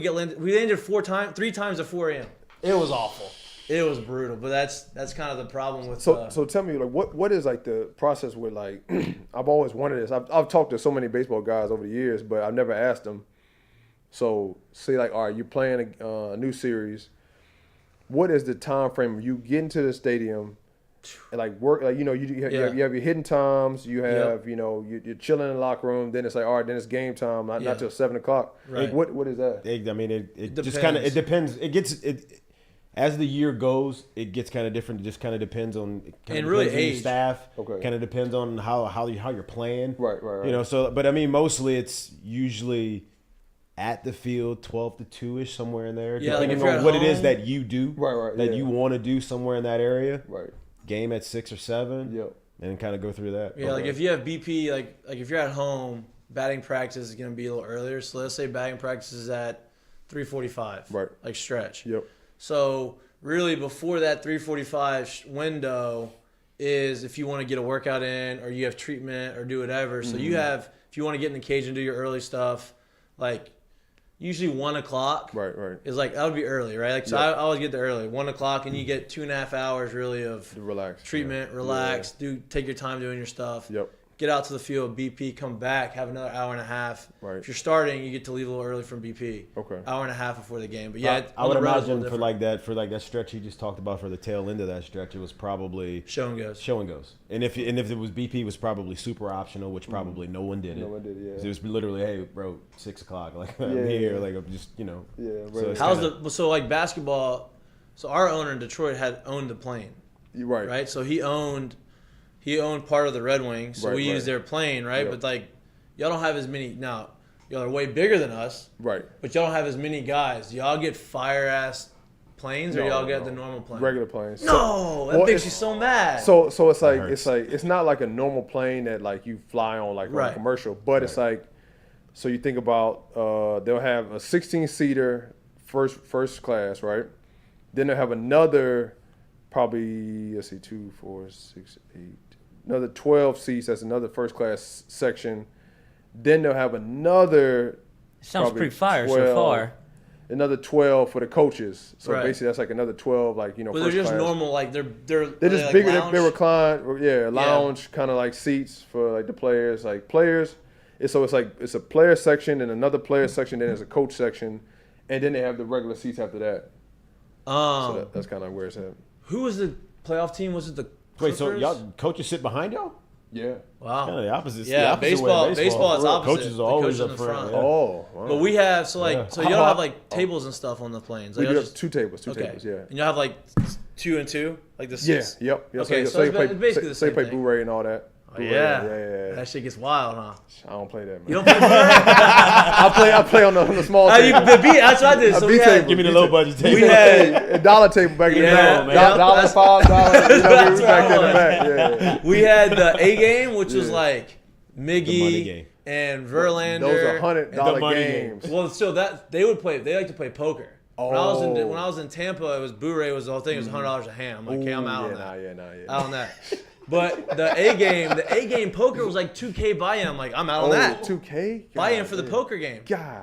And like, but now these guys are making like 28 mil a year. Like these are the Yeah, guys, right? yeah. So I'm in the B game and say, hey, you can throw in $100 and you can play, or you don't have to play. Man, I've seen- I'm gonna sit back in the B game. I'm gonna take my time. I've seen it all, man. I've seen guys lose 100,000 in 30 minutes. I've seen guys lose 100,000 in an hour-long flight. Like I've Yeah. seen it all. Yeah. And people are pumped for the long guys, flights. and yeah, you know, guys are pumped. Like they come in there with the little duffel Uh-huh. bags. And you over there like, They come in with nah. the baggie, like, oh man, here we go. And then you know they in there, they clapping and talking and doing. I'm like, oh. So needless to say, these plane rides ain't It's very bad. quiet either. Hey, I've seen They got the music bumping and it's Uh-huh. going. Yeah, it's going. I've It's seen going. people walk out of the planes, no more cash in their hand. They have to write checks. I'm like, oh, this is not good. Yeah. Yeah, You lost all your yeah. cash. Now you're writing checks to people. That's not. So how do you guys do it? Do they have to pay after the flight, or do y'all pay on the way back?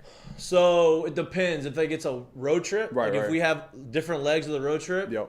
you pay at the end of the road trip. Okay, all right. But if it's like one trip Yeah. and you're going there and you're going back, like, Yeah. hey, give me the money, it's over. Dang. You know, but if it's a full road trip, you have your time to like yeah, to get it make back. sure you But get like it if back. it's Get just, a couple game checks. yeah, once the trip's Yeah. over. So if it's Yeah. just a series and back, that's it. You That's have the flight there and the flight back. Yep, yeah, that's That's it. it. That's it. Yeah, that's That's it. it. Yeah, that's how it was. Yeah. But I don't get on that. Then you got, like you said, people have some drinks.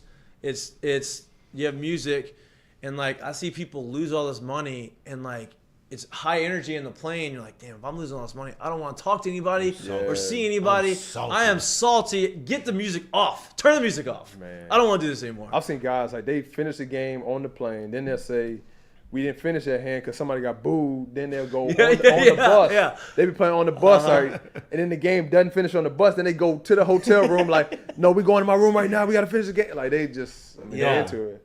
They're Blu-ray. into it. Have you ever played Blu-ray? Uh-uh. I love Blu-ray. I love Yeah, it. yeah. I'm not playing with Yeah. the money that we're throwing. It's basically playing spades, but you're just switching just to, what the spade is. Yeah. Basically, that's Blu-ray. I don't think I would be in any of these games. It doesn't matter. I don't have a duffel. I don't have a 5. Yeah. Yeah. What's let's try to get back to it, but I asked you a little bit about the postseason, right? This year. Yep. Who do you like to win it? Ooh. I feel like this is kind of it's a hard one. Like there's Yeah. not really a team that's running away with it. I mean, I want Phoenix to win because I played with them last Yeah. year. I'm cool with all the guys there. I really want, CP get opportunity to win it all. I thought they were gonna do it. Yeah, I mean, they got a good chance. But, man, I mean, Golden State's really playing well. They Jordan Poole, I mean, I started the season off with them, and Jordan Poole, he's taking his game to a whole nother level. He's really, brought Yeah. that team together. Yeah. But, I mean, it's tough to go against, Giannis and them. They're a matchup problem because They're of, so long everywhere, too. yeah, it's just when we played against them last in the finals, Giannis is playing 1 through 5, Then you got Portis is playing basically like 4 and 5, like he can rotate in. Then you got Brook Lopez like comes in, he's playing 4 or 5. Sometimes he's playing 3. Then you got Drew, and you have Chris Middleton in the like that's. I mean, their starting lineup is 6'5" and above. Like, because even the like people don't realize their guards are some big guards. Yeah, they're 6'5". Like Drew is 6'5", 6'6". You know, Chris is 6'9". See, I think big too though. Like I don't realize that Drew's that he's a tall. big You don't dude, realize that Drew's that big. Man. Yeah, you don't realize on TV like you're watching like the guys like when the guys are standing next to each other they look the same height. Right. So it's like when you like up close in person. That's why I tell people. If you go to a game, like try to sit as close as you can to the court. Yeah, your basketball game is not anything unless you can sit. Yeah, you gotta sit courtside or like close to the court because you can see how fast they're moving. Right. When you're watching on TV or you're watching up high, they're not playing hard. They're not doing this and the third. But it's like actually like when you get down close, you're really seeing how fast guys are moving. Guys making tough shots. Like guys really really physical. Like that's just the game. So it's funny you say because I've been thinking the same thing about him. Like I was like. That's probably about 5 games this year. I've like sat down and watched Milwaukee play, and I'm like, dog, they're good, man. Yeah, like they're really good. And you know, like I said, you don't realize. When you have Giannis, it's such a matchup issue. Guy. Yeah. You've played with a lot of guys that are pretty special, right? Yep. Who is out of all the guys you've played with? Who not against, obviously, because you've played against the entire NBA, but with who's the most special guy that you've played with? You know, obviously, you said you played with Suns, so you have Book and then CP3, but like what type of like good, as far as like, not they're talented, but like just the way they go about their business, everything just all together. I'd probably say from seeing Steph this year, he's probably the most like in-game workout guy that I've seen because. The shots that he throws them up in practice too. He does the same thing in practice. So it's like he works on like he'll be like and it goes up and you're like nah, it's good. And he's running around that much in practice. Oh, like he'll like his pregame or like it's basically like before practice workout. So like after practice workout, like he does the same exact thing every single time. Damn. You got guys on a 10-day in there, and you got to go at Steph Curry like switch, quick switch. Yeah. He's throwing floaters from half court that are somehow falling. Yeah, like, how does this happen? It's just like wow, man, this dude's different. What was your welcome to the NBA moment? Like what stuck out like your rookie year, and you're like, oh shit. I'd probably say just like the speed, number one, that was huge. So like speed, and then like every single matchup, like there's no nights off. So I'm a smaller guy, so I'm playing point guards. I'm guarding point guards and twos. Every single night I'm playing against the best guy on the team. So there was a stretch when I was with New York. I played Russ one night. The next night I had to play against CP. And then the following night, I had to play, and this is like a span. This is super young Russ too at this point. Yeah, and the Russ is like going crazy at this point. Like, is it he wasn't rocking the baby yet. Before rocking is the it triple double Russ? Before that. Before this is just Russ just going crazy, just angry like, Russ. Like way too athletic Russ. Yeah, going full speed, dunking on people, just like yelling, screaming like that. That was Russ. Like, then you had CP when you had Lob City. Yeah. Yep. So like Lob City is like crazy at this point. Every time you step on the court, like people are already yelling, "Oh, here we go!" Like it's just an anticipation for that. And then like the third matchup I had, we were playing against the Rockets. So I'm guarding James Harden. I'm guarding at the time. Who else did they have? I think that might have been it because James was the only one that was bringing the ball up. Pat Bev might have been there too. Yeah, I think. Pat Bev, yeah. So like those 3 nights, like it's different variations of like how guys, how you gonna guard guys. So it's like. And then they put those 3 on the same team. Right. Yeah. The real question is, are you a talker on the court? It depends. If like somebody starts whispering in my ear, so I'm saying something, then I'm like, okay. Lance Stevenson. Lance, it's weird. Lance is not like a huge talker, but like he's like a instigator where he does stuff. Like he'll bump you. He'll pull your jersey out or like. And he looking at you at the corner of his eye like he know what he's doing. Yeah, he does like weird stuff. I don't know. It's weird. Draymond and like Pat Bev are like the 2 guys that like they'll talk while you're playing or something like that and say something to you. But most of the time I get going when somebody says something to me like that. That gets me going. Like I've had like a number of teammates like we're playing against Detroit last year. I'm with Phoenix. D Rose says something. you can't guard me like that. Something like he me right, and him are real right. close, and he says something. So then I get going. I hit like 3 or 4 in a row, and then he's like, okay, like he's just like talking. So like it's just like small battles like that. It's a when you're mutual playing. respect, you would Yeah, think, yeah, right? Like absolutely, you absolutely. talk it, but like most people are like, that's kind of how it is usually in most sports. Is like your friend, even though you never played with them or against them that much, there's the mutual respect. It's like you talk a little shit, but if I talk shit to you and you go out and you score on me, like I respect that. Right, You know what I yeah. mean? Like, You're just so, but it's just funny because in basketball, it's everything's so close quarters, and people don't realize like Right. there's a lot of opportunity to talk about. Yeah, it's a lot. It's like, Hey, a lot of opportunity. fans get in there though. it's weird, man. That's a bad dynamic. That's the only problem with basketball is because you got like, on-court that's a stuff. bad Like you had the dynamic. CP stuff. That's what's hard. Like That seat that's right at the end of the bench that they pay for, and you're just like, oh, Yeah. for real? Yeah, how are you on my bench? Get off my bench. For real? because it's like, all right, you do have like, all right, so say like the fan will be sitting right here. You're the last seat on the bench, and then the fan's sitting right there, and they're talking to you. Philly's crazy because the fan is right here next to you. Then they got a fan right here next to you, so he's looking at you. This guy's talking to you, and you're just like, you're trying to like keep a cool eye, look at the game, watch the game. And they just see like fans in Philly, they always do that. I mean, I played in Philly. I played with St. Joe's in Philly, so like they hecklers. They always heckling yeah. you. So yeah, Like it's we just get crazy. baseball players get heckled, but we don't have people sitting in our That's what I'm saying. dugout. People don't. Yeah. You don't That's same thing different. with Like football. I want you to don't fight have people in the people stands on sometimes, the and field I can with get you, away bro. from it. Yeah. But they're on this bench. No, you you go can't to get the away right from next to that. you. Right next to you. You make your way to the end of the bench, and they literally like touching you. You're like, dog, leave me alone. Yeah, Get out of my like- face. And they Yeah, think yeah. that they're supposed to. They're like, this is kosher. Like they don't think there's anything wrong with it. You're like, bro, y'all, we are not the same. That's what's so funny. Like, and I mean, I respect it because they actually they take care of our bills. So I'm not gonna Right. knock them. Right. But at the same time too, sometimes they cross the line. Like they do too Oh, much. no Well, you doubt. can make the business model, bro. Like it is what it is. Like it's Yeah. gotten to a point that that's what it is now. You're just Yeah. like, damn, this is crazy. Like Yeah, what goes on with like it? you just like you have to just like kind of just stay locked in. Sometimes I mean you've seen it. This playoffs has been crazy. You know, Draymond's flipped off the crowd. Kyrie's flipped off the crowd.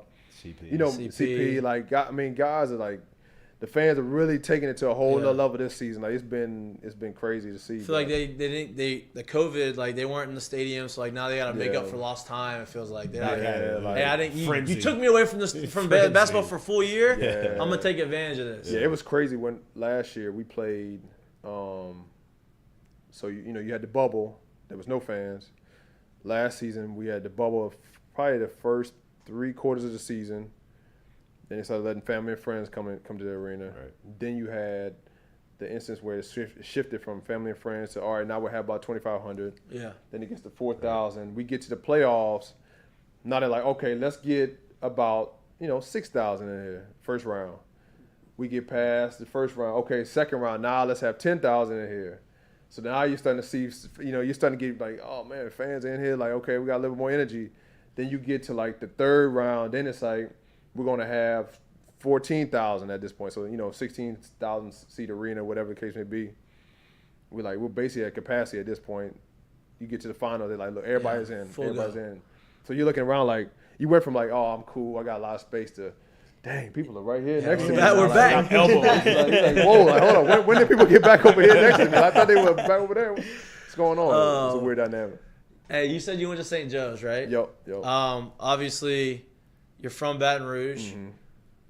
Walk me through the recruiting process. How did you end up there and not here? Did LSU not talk to you? How's this work? Yeah, nah. Did you not grow up an LSU fan? I don't know. No, I'm a huge LSU fan. He got a does. story for this one. Yeah, definitely got a story. A lot of people are really disgusted that I didn't come here, but I enjoyed my time at St. Joe's. It all worked out. But so when I was coming out, my junior year, John Brady was still the coach. I don't know if you guys know John Brady, but they had him, Butch Pierre, a couple other guys. I'm like, hey, I'm going to LSU. Like, if they're there, I'm going, because they had just made it to the Final Four probably about. Was that 6? There's Yeah, 6 like that went to the 6. Final Four. Yeah, 6 went to Final Four. So I'm like, all right, cool. That's all Baton Rouge kids. I'm going. Like, I got like 4 or 5 other guys that's in my class that like we're all going. Junior year, they all get fired. So we're like, damn, like what are we gonna do now? Senior year, they bring in Trent Johnson. They brought in Trent Johnson.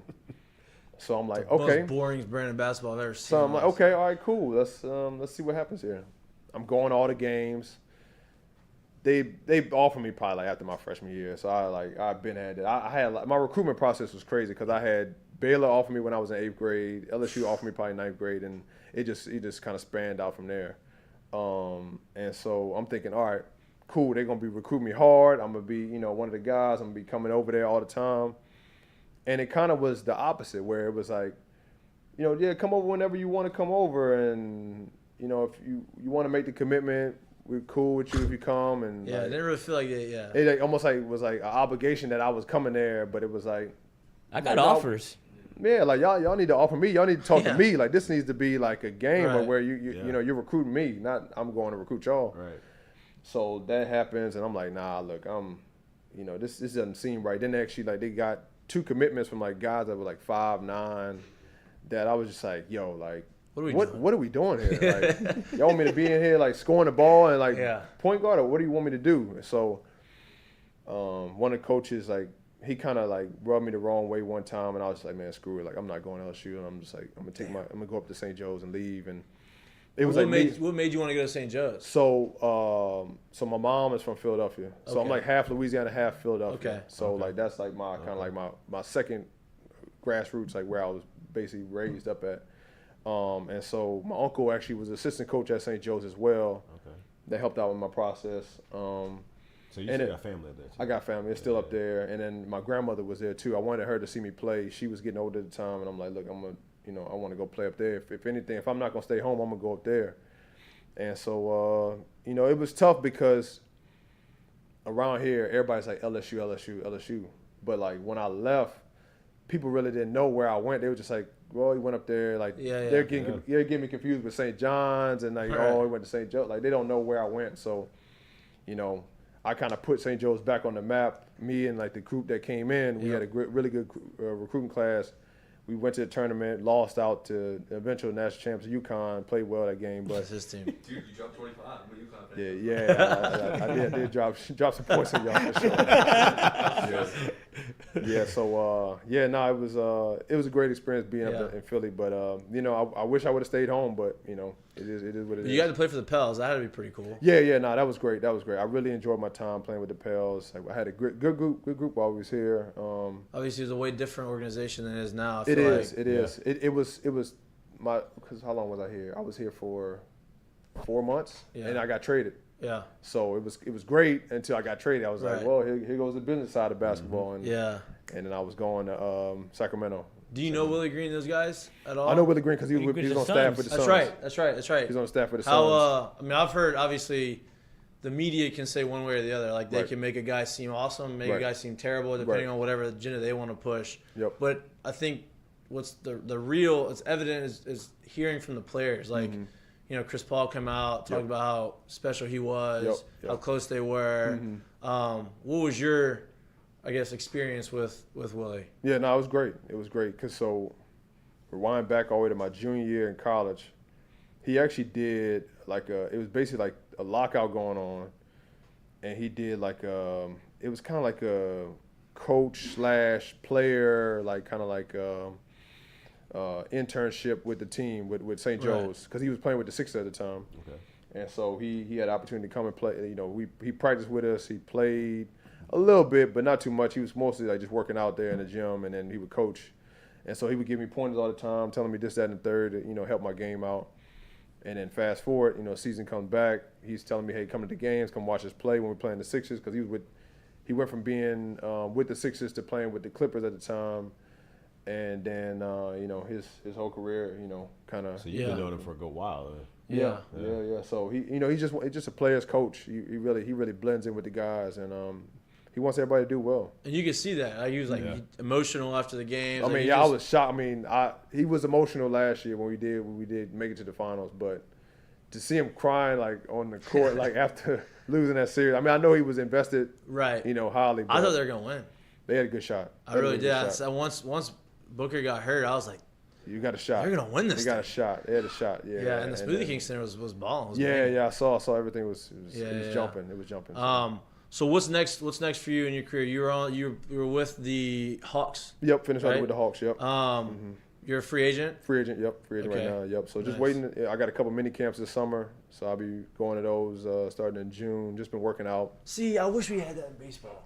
Yeah. Like when you're a free agent in baseball, like Something real. Like, yeah, like let me go show you what I got. Yeah. Right. Not just hey, let me just now you look at the back of my baseball card and say, Yeah. oh, this is what I want. like Oh, we don't for have. real, that's Yeah, what I so have. there's Yeah, no, there- there's there's no like no- showcase, nothing that we nothing. go out there and do no. stuff to like, hey, this is what I've made like because baseball you can make a change like Right, hey right. I changed my swing like Yeah, my yeah. swing's different like I had all this stuff that was going wrong I made Right. the adjustment Mm-hmm. but they don't see that you can tell them but they don't really see that because there's nothing that you can go out there and showcase. Right, Like, I right. wish we had that. Like y'all have that where Yeah. y'all go out there and y'all have like mini camps or whatever y'all go to and Yep. kind of showcase y'all skills. 'Cause I've always said that because I think basketball is more built on like a show it to me. Yeah. Yeah. Like show it to me. Like you almost kind of year in and year out. Where baseball, it's almost like a, hey, nah, he's done this for the last 5 years. If he says he's healthy, he'll be ready. Yeah. And it's like, man, it don't really go that way though, man. Like So there's nothing like, so say like, all right, summer goes on, and then you're like, all right, well,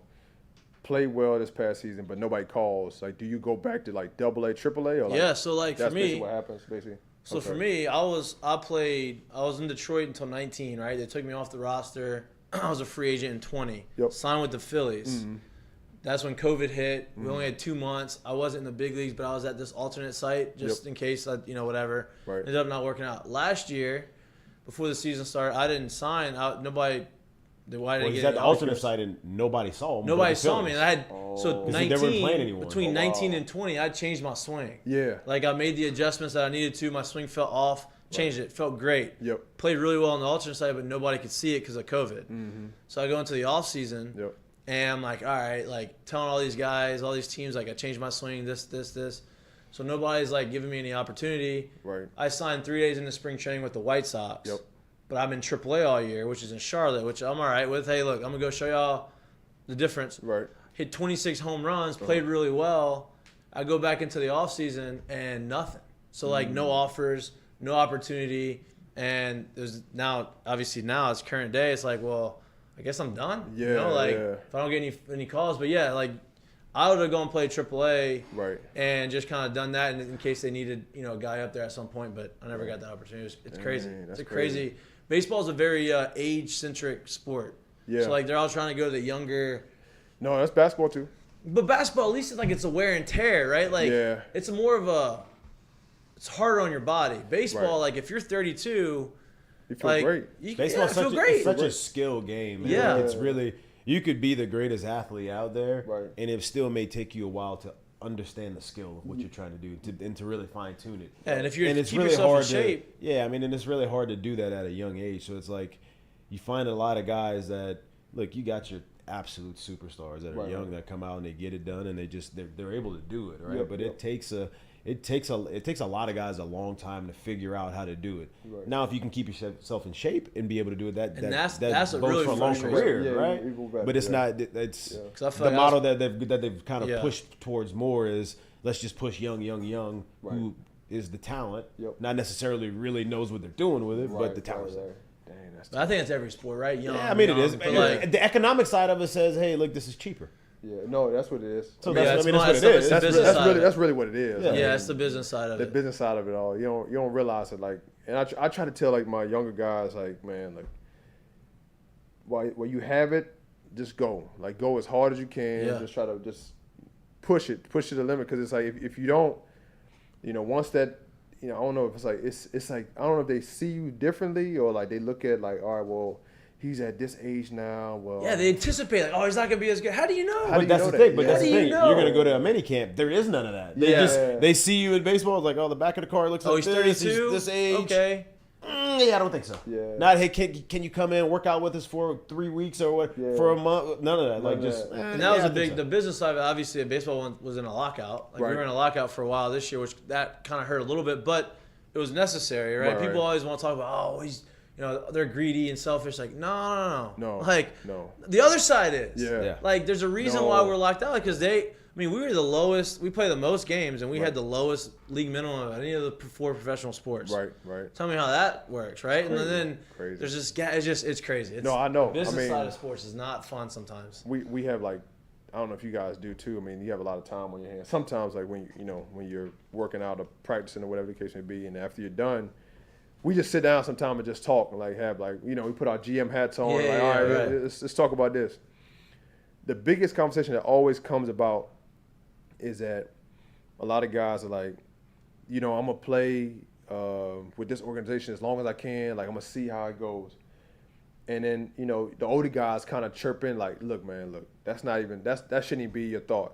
You should say, whoever's trying to pay me the most money, I'm going there. Yep. I don't care if it's like loyalty to these teams. Like I'm going to that team and I'm going to play my butt off to, try to make sure I get paid. Because no team has loyalty to you. They don't have no loyalty to you. No. None. It's all about if you're a pawn in the game. In the game. Right? That's it. Everybody's a small pawn and it's like, hey, once that pawn is like, we knocked him over. Oh, he's out. Like out that's the game. it. Yeah. That's it. Y'all's union, the NBA's union is way better than. I mean, but we lost a lot this past CBA because it was like 54-46, but then they shifted back where it's like 51-49 now because we had to give leverage because of COVID. Yeah, right. Like COVID screwed us over because lost games. Well, we lost games, we lost revenue with the fans, but it was like I think we had to hit a cusp of like 72 games to make sure that we didn't have to go back to CBA. So that's why kind of like the whole bubble situation started because we were like, look,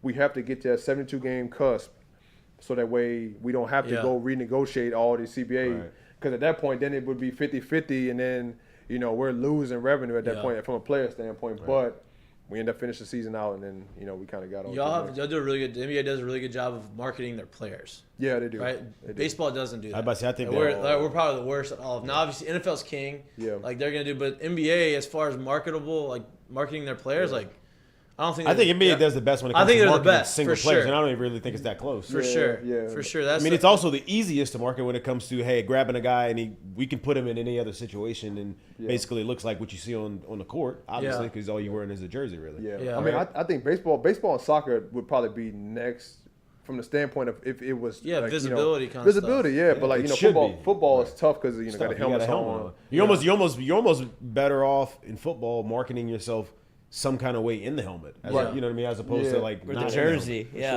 visor or however you wear it, like whatever you do, you know what I mean. You're almost better off doing that. Right. They don't even let them wear cleats. The special cleats, like they don't. The NFL's strict. But I hate that rule. Me man. too. Super strict. There's no man. point. Hey, you thank God that you still only be able to use. They get fined for. Do they get fined for untucked jerseys? They get fined for no socks. They get fined for all that stuff. They get fined for everything. Everything.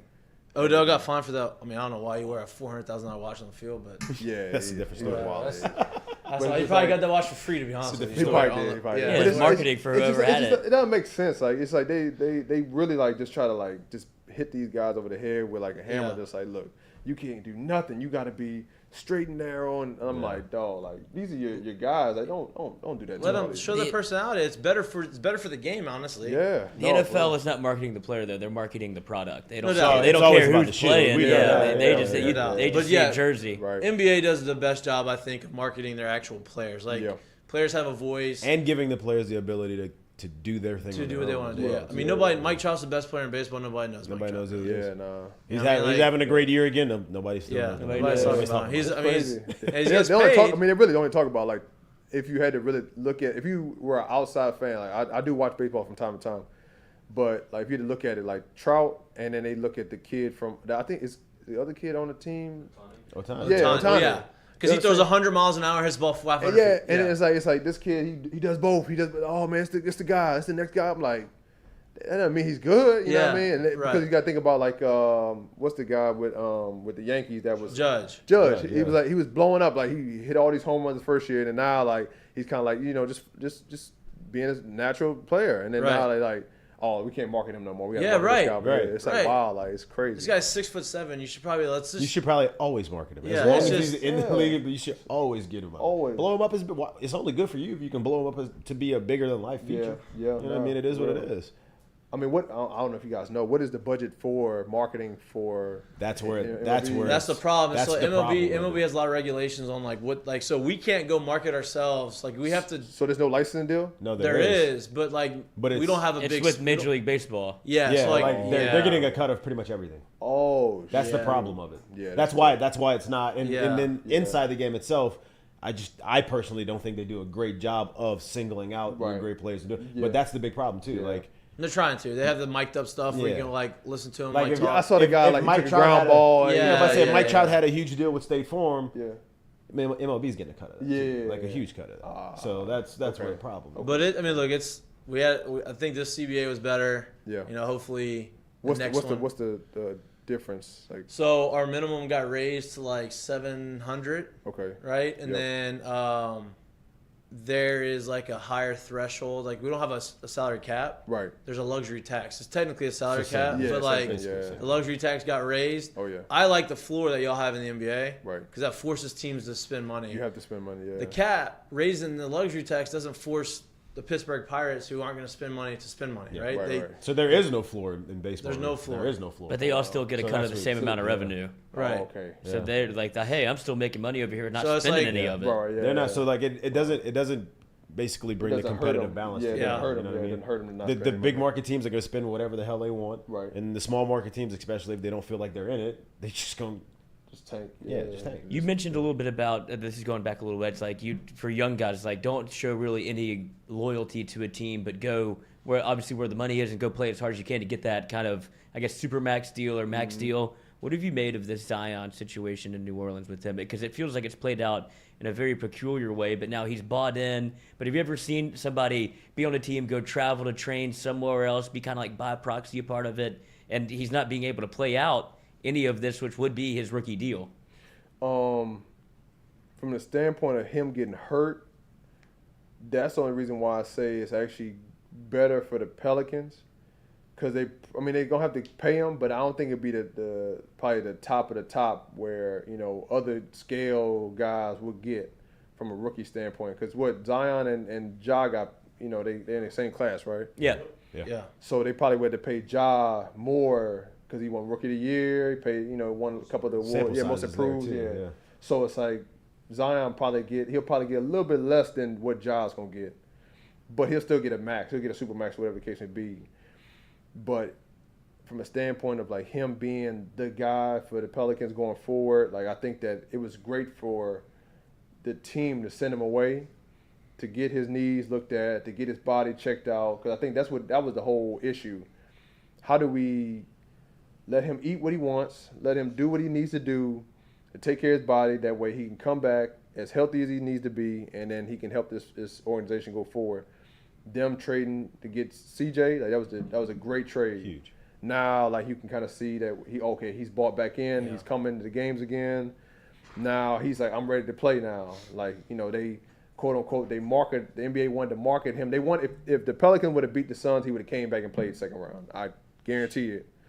Oh, But- because the NBA would have been pushing it on TV, like showing Zion again and Zion. They kept every- showing him dunking and Yeah. all that, but it's like that's a sample size of Yeah. like what's really going on. Yeah. You don't know if he can really get up and down or not. But that's what they want. The NBA wants the fans to be like, oh man, like Zion's back. Like so now you see the Pelicans kind of get hyped up to see that. So that's why I'm like, look, it's probably the best for both parties. Like they probably both worked on a deal where, hey, look, let's talk about like negotiating this next contract.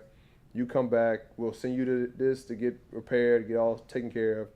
We'll meet in the middle. All right, let's get back going. I think you would agree with this too. For a guy like him with the frame that he has, people looked at him as like, oh, he's out of shape. He's too big right now. Well, let's be honest. If he's not actually playing basketball games right now, of it's shape. really hard to be in basketball shape. He's out of shape, for yeah. that frame. You're out Like of shape. you're not gonna get back into what Nah, you his saw dad- him his if he's dad not came on playing the it show every and day. said he was ready. It just is what it is. Like he's Yeah. not built with a thinner frame, so you're Right. not gonna see that when he's Yeah. not playing every day. Basketball shape is different from basketball shape. That's all I gotta say. Cause I bet. I believe it. like literally, like when you're playing, like okay, you start getting in shape. Like that's why it's almost like you could train as hard as you want in the summertime. You can do all these pickup games, this, that, and the third, until you start playing actual games, like with other NBA guys, like in training camp, preseason. Like you don't get in shape until you get to that point.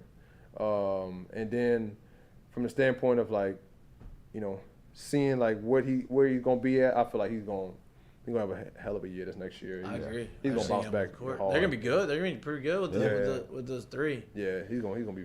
Reggie Miller was saying, he said, "You tell me this guy can't give me 15 minutes, 12 minutes." I'm like, hey. And Reggie was stirring the pot a little bit. No, he definitely can. Like they don't want to make him the scapegoat either. Like, yeah, no doubt. Like, that's the same thing we have. I mean, now Ben Simmons is having surgery, but that was the issue too. Like if he didn't have the back issue, if they would have thrown him out there for the last couple of games, like would he have had like that impact? Like they're setting him up for failure, kind of. They're setting him up for failure. So it's like, oh, he struggled. Look, I told y'all, like he's terrible. Like then it's like, right. And they started to ramp him back up, and the NBA did exactly what you said they would do with Zion, where it's like, oh, he's coming back. He's coming back for Game 6. Right. And he's like, I'm out. Yeah, and he's like, I'm out. Yeah, he didn't do himself any favors by talking about some of the stuff. He's just he should have said my back is still hurt. Yeah. Right. He said that. What did he say? His mental health is making his back hurt. Yeah. And I'm all about the mental health part, but right. if you're just that just created a narrative from people to jump on and still hammer him. It's like, hey, your back's still hurt. That's okay. Yeah, it's okay. Say that your back's still hurt. That's fine. It's your life, bro. Just relax. Don't hurt yourself. Yeah, just relax and hey. That's Philly. Shake back next year. Yeah, it's okay. I mean, that's really all you can. Yeah, you can't really say too much. I mean, just get healthy. That's all you can say. That's it. Yeah. Dude, thank you so much Yeah. for this. I don't want to keep you. We kept you a long time. I appreciate it. Cool. I appreciate the conversation. As I said, we don't try to ask any crazy questions. Have a conversation about this. You're our first NBA player on here, so okay, nice. Appreciate it. Nice. First one, so that's good. Nah, like I said, I love the NBA. I love basketball. Yep. So it was nice to get a little insight. No, for sure. I'm gonna buy some shoes too. Please do. I'm gonna get on there. Please and do. get some shoes. Go check it out. I mean, they run a half size big, so all right. So 12 and a half. 12 and a half. They run a half size big. Half size big. So maybe 12. Yeah. So if you wear a size, I'm a 12 and a half. I'm a legit 12 and a half. But if you wear a size 13, I would say get a 12 and a half. Okay. I'm gonna get 12 and a half. I wear 13. I wear 12 and a half. Yeah. And if other people watching, listening, want to get to the show, get some shoes. Yep. Where do they find? Where can they get them at? So everything is Ethics the brand, social media, ethicsthebrand.com website. We got dad hats on there. I have my dad hat on right now. We're getting merch as things are kind of progressing. So, awesome. please go check us out. Yeah. Absolutely, man. Thanks for coming on, bro. I appreciate it. Yep. Good luck. Thank you. With whatever team you're on, wherever you're at next year. Go ball out in the mini camps. And then I've been a fan from afar. Since we're both from Louisiana, both live in Baton Rouge, but now I'm a fan up close. Now we're friends, so I appreciate you coming on, man. No, for sure. Hopefully we can get you on again sometime. No, for sure. I'd love to come on. I love podcasts. I don't know. Yeah, I do too. It's just it's something I've always wanted to do, and it's just I never wanted to do. And you guys got a dope setup. Thank you. Say that, man. Thank you. It's a dope setup. Yeah. Thank you. Yeah, we got we're working. We're growing. I'm about to get you guys. So I have my sneaker podcast that I do it's called Kicking It with LG. Yeah. And so it's in my sneaker room where I have all my sneakers. I'll show you guys a picture after this and. But I gotta get you guys on. Let's do it. I'm in. Yeah, we can talk sneakers and you can see the setup. Yeah. Y'all can teach me. Y'all can tell me what I need to go get to get my sneaker closet. There it is. That's it. Yeah, all right. We're gonna take a little bit of a break. I get Langston out of here. You're watching Mik'd Up, brought to you by Sterling Automotive.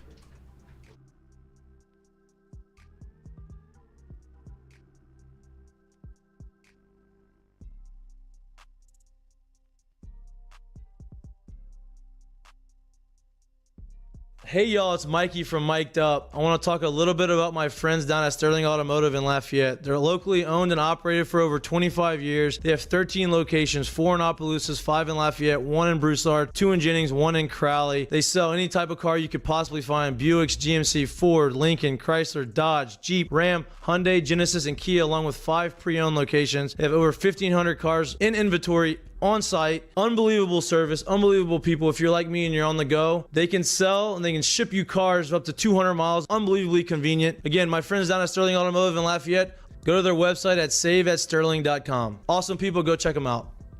Our What's for Lunch segment is brought to you by Doe's Eat Place. Maybe the best burger in town. If you're not looking for lunch, you're looking for dinner, go check out Doe's Eat Place. They have unbelievable choice of meats. They have unbelievable tamales. They have a great atmosphere, great vibes. If you're looking for a homey Louisiana type of atmosphere, but you're looking for high quality food, Doe's Eat Place is your spot. Go in the back bar, sit at the bar, have a couple drinks, watch some games, enjoy the atmosphere, enjoy the vibes. Check out Doe's Eat Place, the best place in Baton Rouge to get your meats.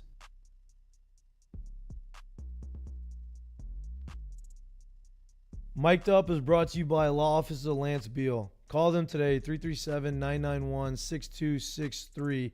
They know what it takes to win. Their practice areas include personal injury, small business, family law, estate planning, with an emphasis in construction law. Your choice for reliable representation. 337-991-6263.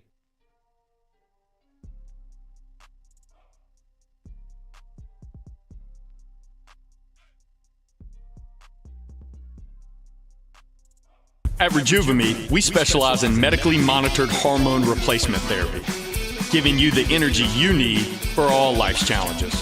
We can help get your day started. 1, 2, 1, 2. We can help with those long work days, and we can even make your nights longer. Rejuvamete. Let us be your age-defying clinic. Restore me, refuel me, Rejuvamete.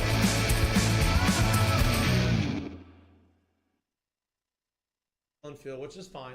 Maybe he just did it to shake it up. They're fine. Like, I'm not worried about that. But what he did do is he allowed Josh Pearson, who's a freshman, he gave him a couple starts, and he took advantage. He had 2 homers on Sunday. He had some big hits on Saturday. And we have 2 young guys in Stevenson and Pearson who I think are going to be very, very, very good in the outfield. And now they're starting to kind of force their way into the lineup. And Pearson obviously doesn't seem like he's going to be taken out of the lineup anytime soon, based off of what they did. What happened? There's some background noise going on. Something happened. There's some background. Like, it was when Ohtani was still in Japan, and everybody was on him, right? Like every organization that could afford him or wanted to spend the money. Because he's was in on young. him. Usually in Japan, like, those guys come over older. Same with Cuba. Yeah, so you were getting a really good deal on him. Yeah, right. So everybody was in on him, and so our advanced scout guy was like, I'm like, dude, tell me about him. You know, he goes, well, I'll put it to you this way. He goes, if he came and played for us, this was when I was in Houston, he would be our fastest runner. Oh, no. He's faster than Altuve. He throws harder than Verlander, and he has more power than George. And I was just like, what? He goes, yeah, like, that's who he is. And I was like, no way.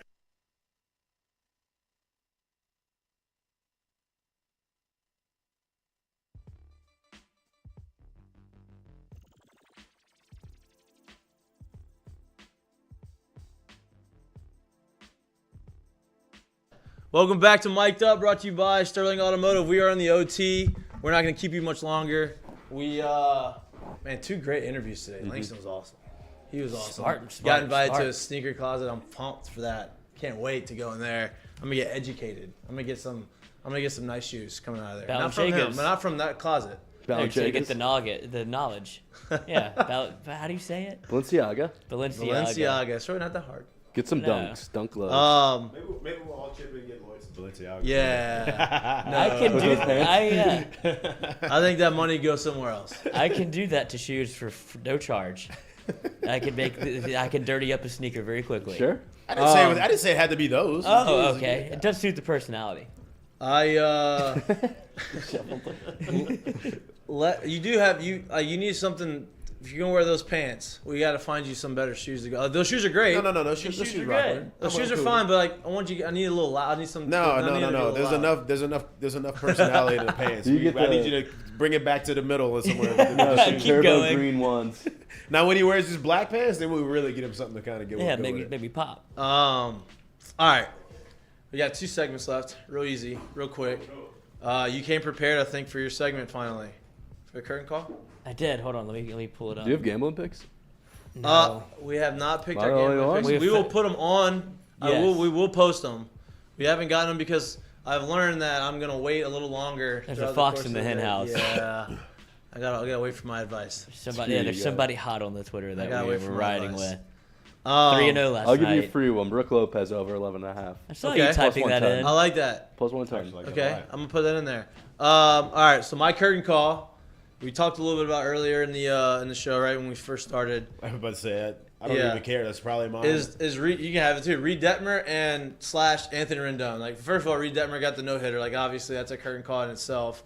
But Anthony Rendon went big fly lefty for the first time in his career ever hitting left-handed. So I mean, that to me. Like is he a literally, curtain call both itself. of them, he literally should have came out the dugout after for a curtain call Yeah. during the game. Yeah. Like that's how Unbelievable. ridiculous He was that smiling I don't big, think y'all though. understand how hard that is. Like think about like if you play golf and you swing, get on the other side and A lot of 80 people that are mile good per at hour golf can do that. Like they can. I mean, obviously they're not throwing a ball at you, but a lot of people that are like highly skilled, like Rendon, like those type of athletes, like they flip it around, hit it left-handed, and it looks like that should be impossible. I can't do that. I can't left-handed. No. But wait. But flipping around and doing it left-handed, okay, yeah, it's impossible. I know that But I said now that, do but yeah, nobody's throwing it Now at. do it in a live game. Hit a homer. Like play a live round, play a live hole like that, and you see, and basically, like you said, hit a homer. Yeah. And then have somebody throw the golf ball at Birdie you. the hole like Yeah. that. You know what I mean? Like stuff like that. We're Yeah. just like, what the I don't know what. Yeah, that seems impossible. My curtain call is this. I think they're I don't know if you've heard this announcer, but he was on the game. There's a ball hit toward right And somebody field. listened to the fly Sheets in right coming field. in. Drops the Oh ball. my! The Guardians will score first as Quan comes home. Into second base is Owen Miller. And Sheets just simply botched it. Lloyd.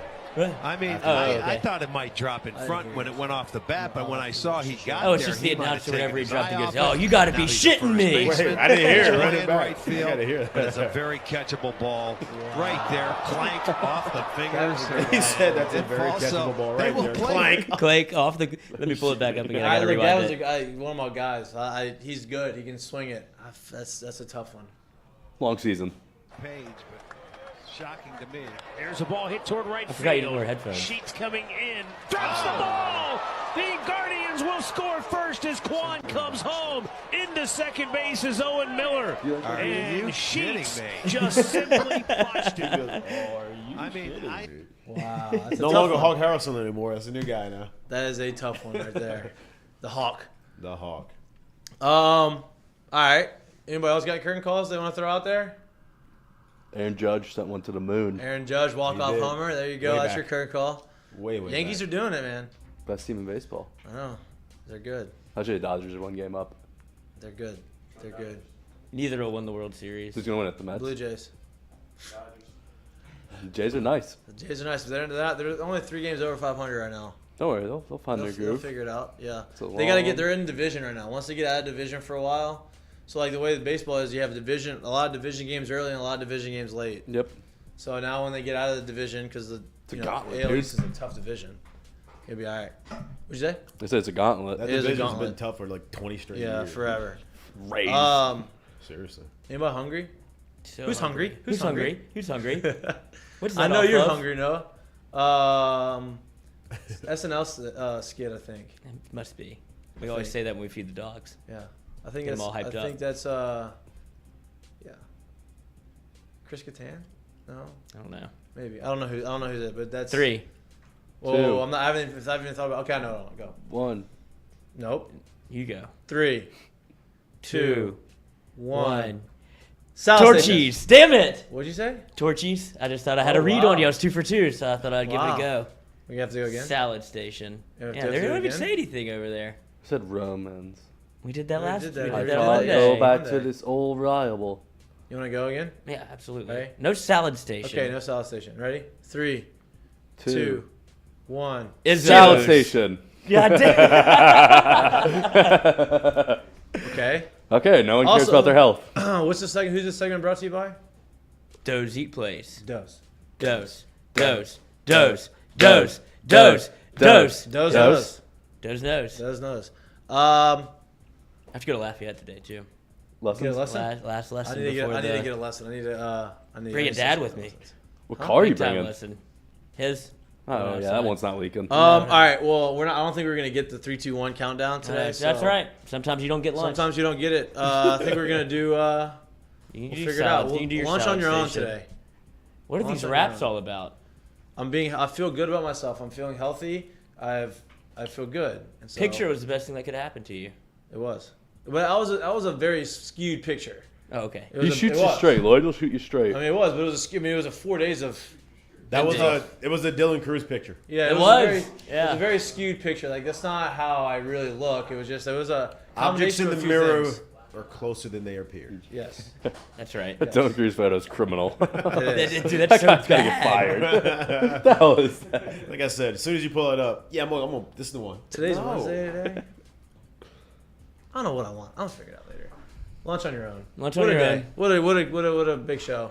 Live interview. Again, Earl's 4:30 to 6 this Friday, Where we have liquid lunch. where we have liquid lunch, In a vibe. happy hour, happy hour. Red Bull.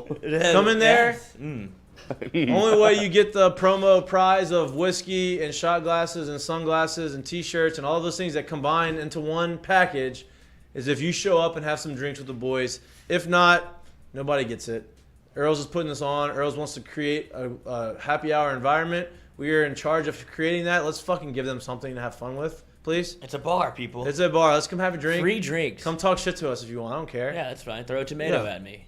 And don't throw at me. Hit it, Lloyd. Hit Don't do Lloyd, that. please. I said Yeah. me. I said me. I'm gonna make sure. Like, I'm not in that subscribe, share, line tell a of fire. friend. Be a We are friend. on YouTube. Be a friend. Tell a friend. Pet your We friends. we are on YouTube live 11 to 1 Mondays and Wednesdays, 4:30 to 6 from Earl's on Fridays. We're on all podcast networks, Spotify and Apple, Doze. and Not Facebook Live. not Facebook Live. We were supposed to do Twitter Live. We didn't do that. That's We why forgot. Joe was here, but we were doing other forgot. work. We forgot. We forgot. I invited him, Joe. That's why he's here. Yeah, but he's gone now. Okay. Well, we'll get him in next time. Friday maybe. It's hard to get. He is hard to get.